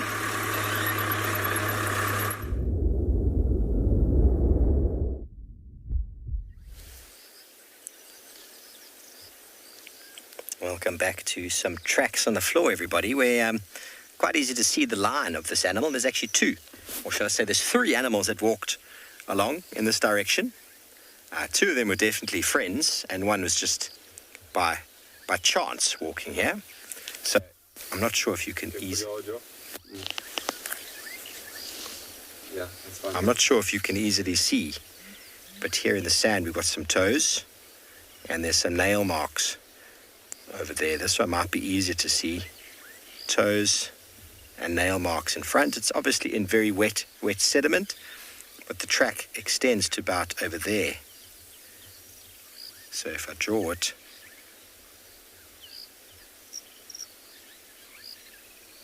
and there's lots of little pads inside,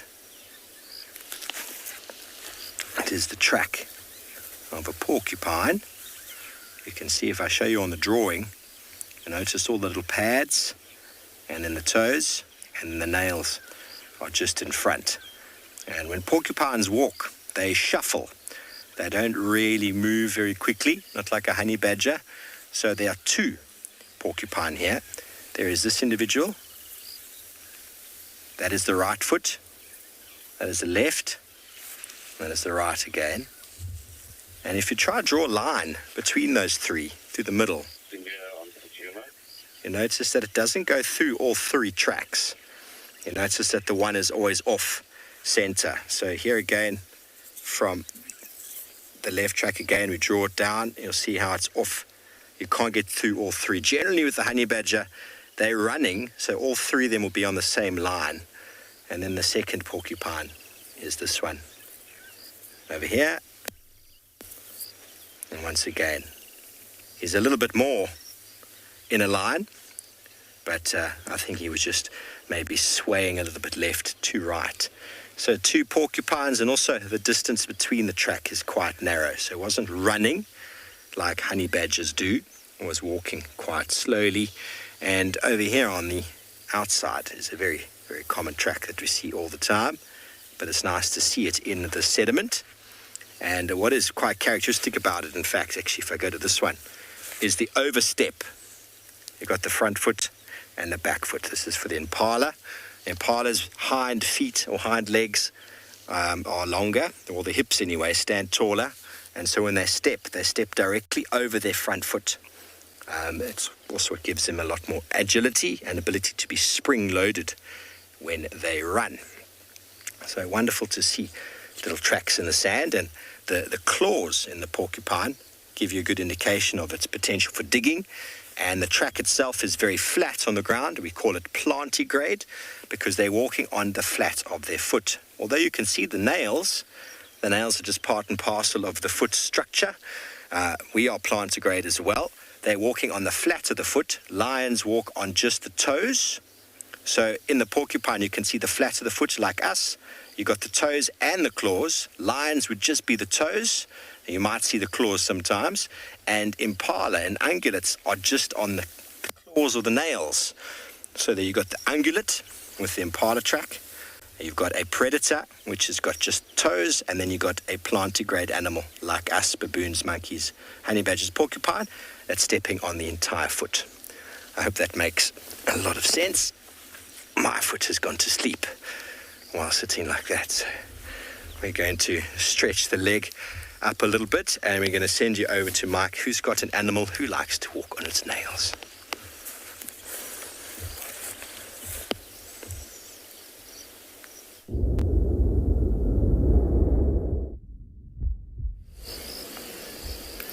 Absolutely does like to walk on its nails. These are plains zebra. They are not so far from impala plains where we left the lioness and those wildebeest. We still can't really see the lioness, so we said we'd adventure a bit further, and there's a fairly decent sized herd of zebra here. It's at least 7 or 8 individuals plus some impala rams who I'm sure have heard that commotion a bit earlier and are wondering whether it's safe to return to the plains just yet. I'm sure they know that there's a lioness around. They can probably smell it. Oh, I'm having a bit of a scratch there. Not sure what it's scratching on, but no, there's lots of leadwood logs around here. There is a stump right there. Oh, what a pleasure.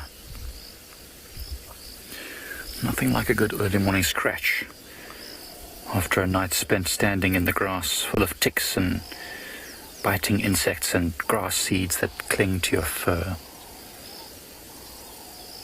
It's good to have a nice scratch.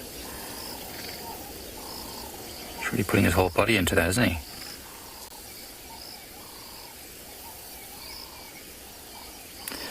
And that is, of course, how they keep themselves as clean as possible from all those parasites.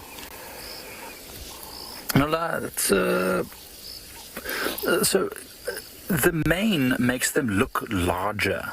So as an adaptation for males to look more impressive, they've got that mane that makes them look larger and more intimidating to other males. For females, I suppose it serves the same or a similar purpose, just to keep predators thinking that they're a bit larger than they are. And it's an indicator for us. We can use the mane to see whether a zebra is in good condition or not. If the mane hangs down, then it means it's not got a lot of fat in its neck, which is meaning it's running out of nutrition, hasn't got a good diet. But generally speaking, most animals that have manes, it's either to help break the outline of the animal so that they can blend better into the bushveld, or it's there to make them look larger, to intimidate rivals or to impress males. That's generally what manes are for.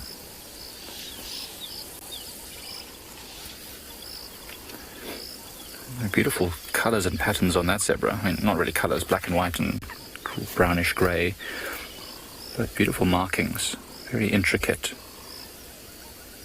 The impala's wanting centre stage there.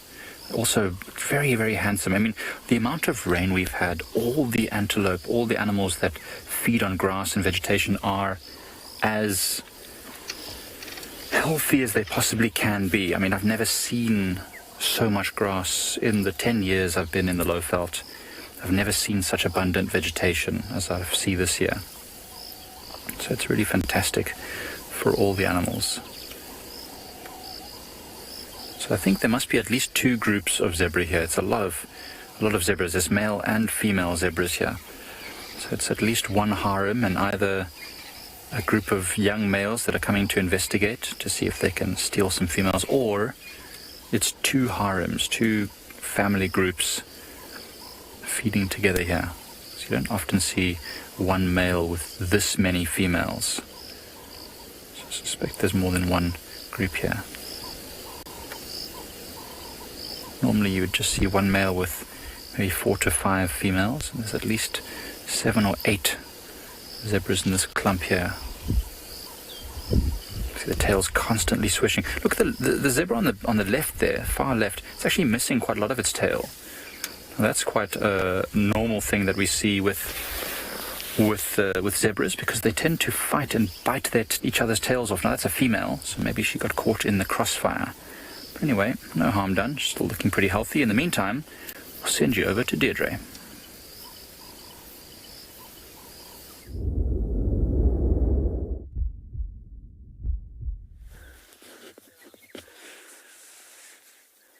So we had a moment of panic in that the cubs thought that they nearly lost their mum. She came down the hill a little bit, and they were up on the ridge and they couldn't see her. So we had a little bit of sort of bird chirping, the little cubs panicking, calling her, and then she just answered once, and they trotted down the hill towards her, and then she's pretty much found the next closest tree with some nice shade. So she'll probably lie up here for the next while before she decides to move again. Maybe this is her resting spot for the day. She's got quite a nice view. We couldn't see what she was looking at, so she's just decided that it's now nap time. But just beautiful. So they're always, well, not always, they do tend to sleep in this position, lying flat with their head up. So the question was, will cheetah cubs recognize their mother when they get older? I would say yes, because it smells, it sounds, it looks, but very often at a distance, if they're seeing each other and haven't seen each other for a very long time,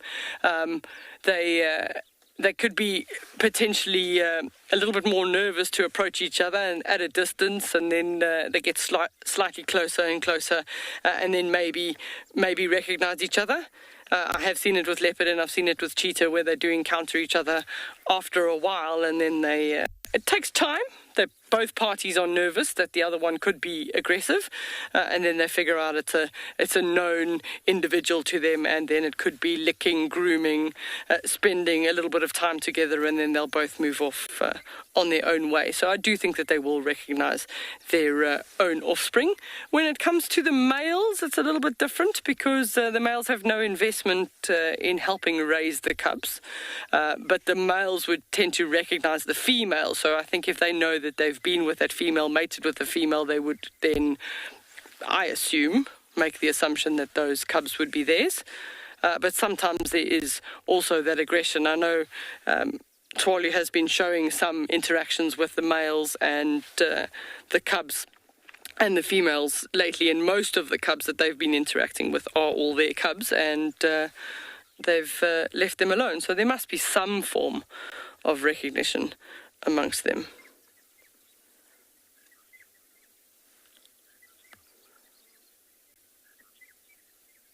Just stunning, but you can just see how well those spots can hide them. I mean, she's lying, there's 4 cheetahs lying in probably about a 2 square meter piece of shade, and you can hardly see them at a distance, just well camouflaged under that dappled shade.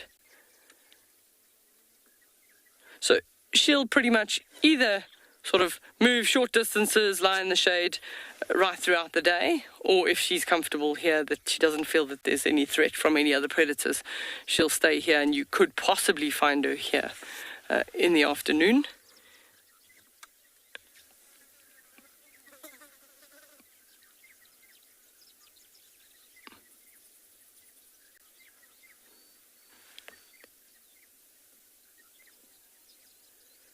But also always ever on alert.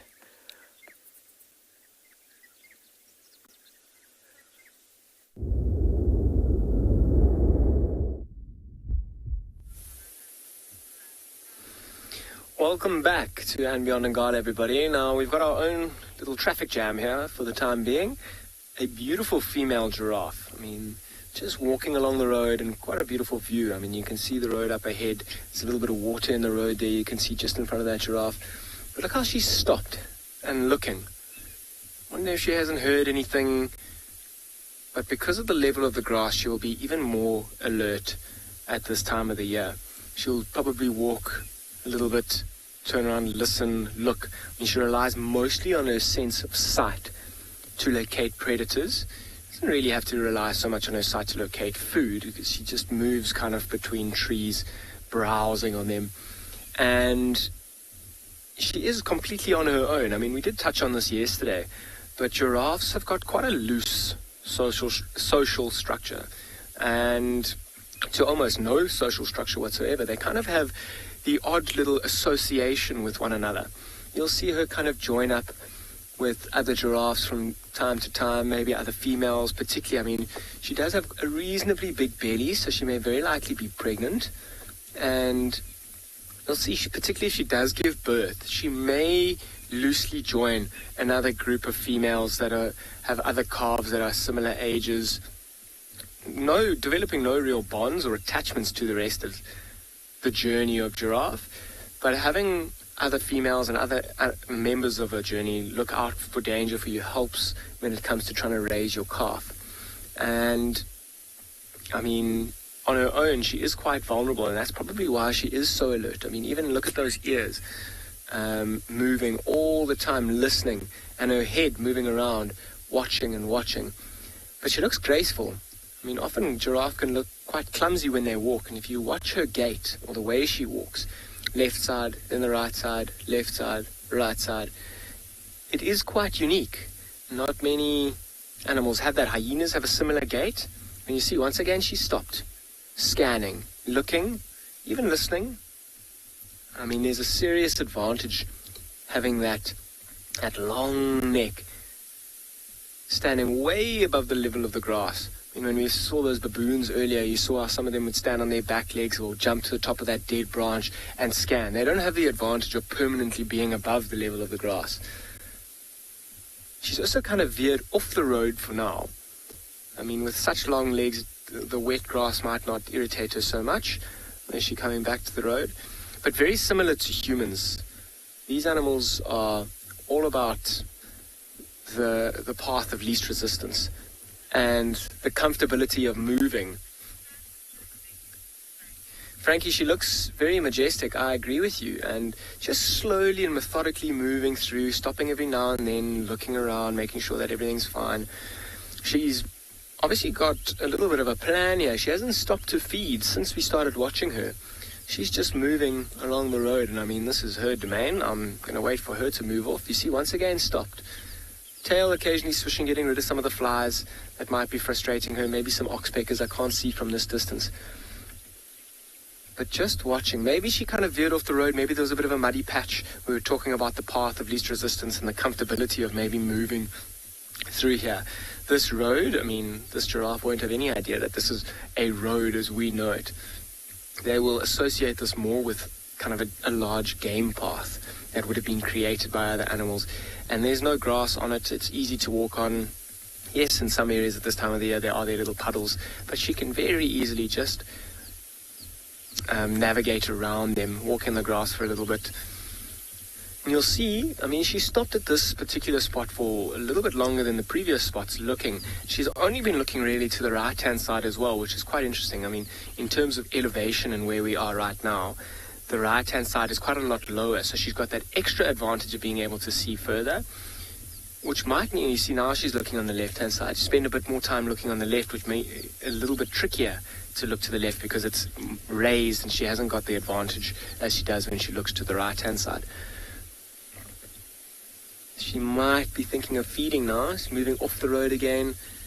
See, there is that little wet patch on the right-hand side of the road. I wonder if the road, even on the left-hand side, isn't a bit moist. And I mean, a big animal like her, she weighs an incredible amount. And even in those soft patches, she can slip and slide. And where there's no grass, it'll be extra slippery. And she will try and avoid that, in fact, because off into the mud. If she were running, I mean, a big giraffe like this is only really susceptible to predation or vulnerable to lions, really, particularly a pride of lions. They would target her. I mean, the Birmingham pride, this is in the middle of their territory. A great big giraffe like this would suit them very well, would feed 21 lions comfortably. And you'll see they'll try and chase her into maybe a thicker area or even a more slippery area. I mean, her defenses, being so tall with such big legs, is certainly a great strong kick and a well-timed kick from a giraffe can very likely be a fatal blow to a lion. And so what they'll try and do is try and chase her into a slippery area or into a steep area where she may trip up and get off of her feet, where she loses the advantage of being able to kick. She seems to have moved quite a distance away, so I'm going to keep moving and seeing what else we can find for the next few minutes. I'm going to send you somewhere else for the time being, though.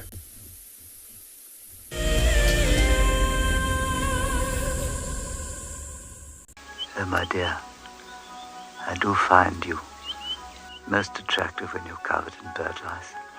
Oh, Charles, I love it when you peck at my head and clean the bird lice off me.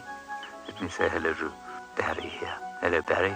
I'm just going to examine you for some bird lice. Charles, I don't know if I'm comfortable with that. Oh, all right. I shall look for bird lice for myself then. Hi, my name is Tristan Dix, and I am a guide here at Djuma Private Game Reserve for Wild Earth. We love connecting you to the African bush, and we always look forward to all of your questions. If you want to ask a question on Wild Earth, you'll need to register on the website. Once registered, go to our live safari page and submit a question below the live feed. Catch up with me on Wild Earth.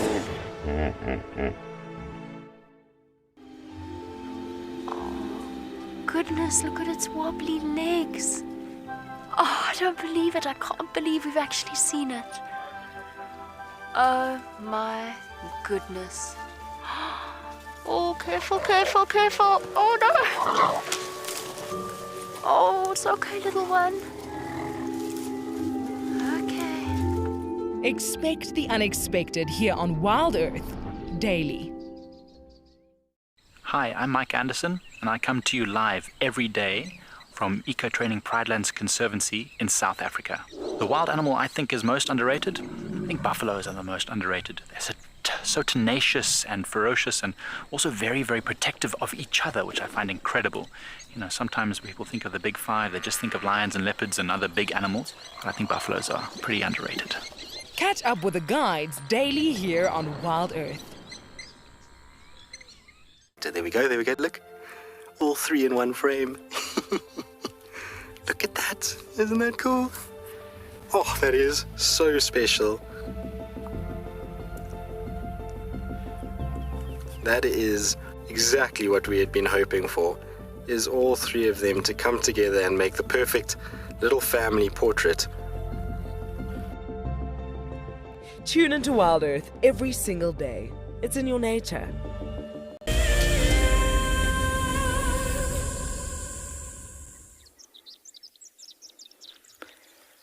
That is every photographer's dream shot. That beautiful blue in the background, the light is perfect.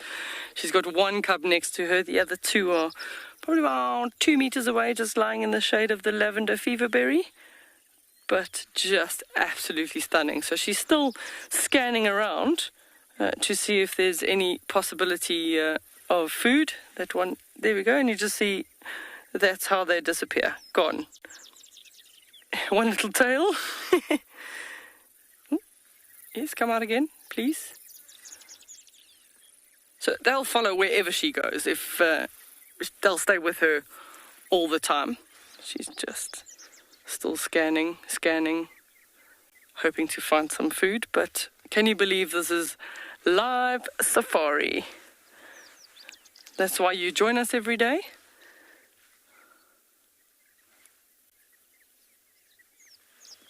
Oh, still a bit of a yawn.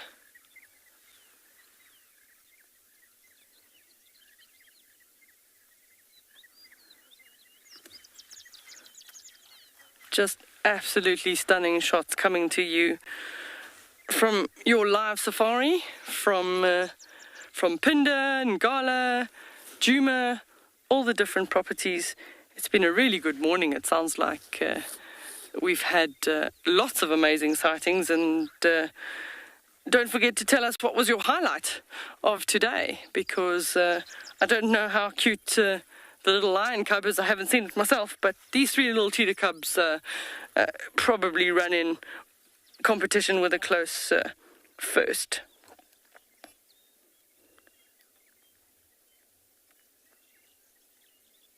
So make sure that you join us on our afternoon sunset safari at 4 o'clock Central African time. And thank you very, very much for joining us today. We'll see you later.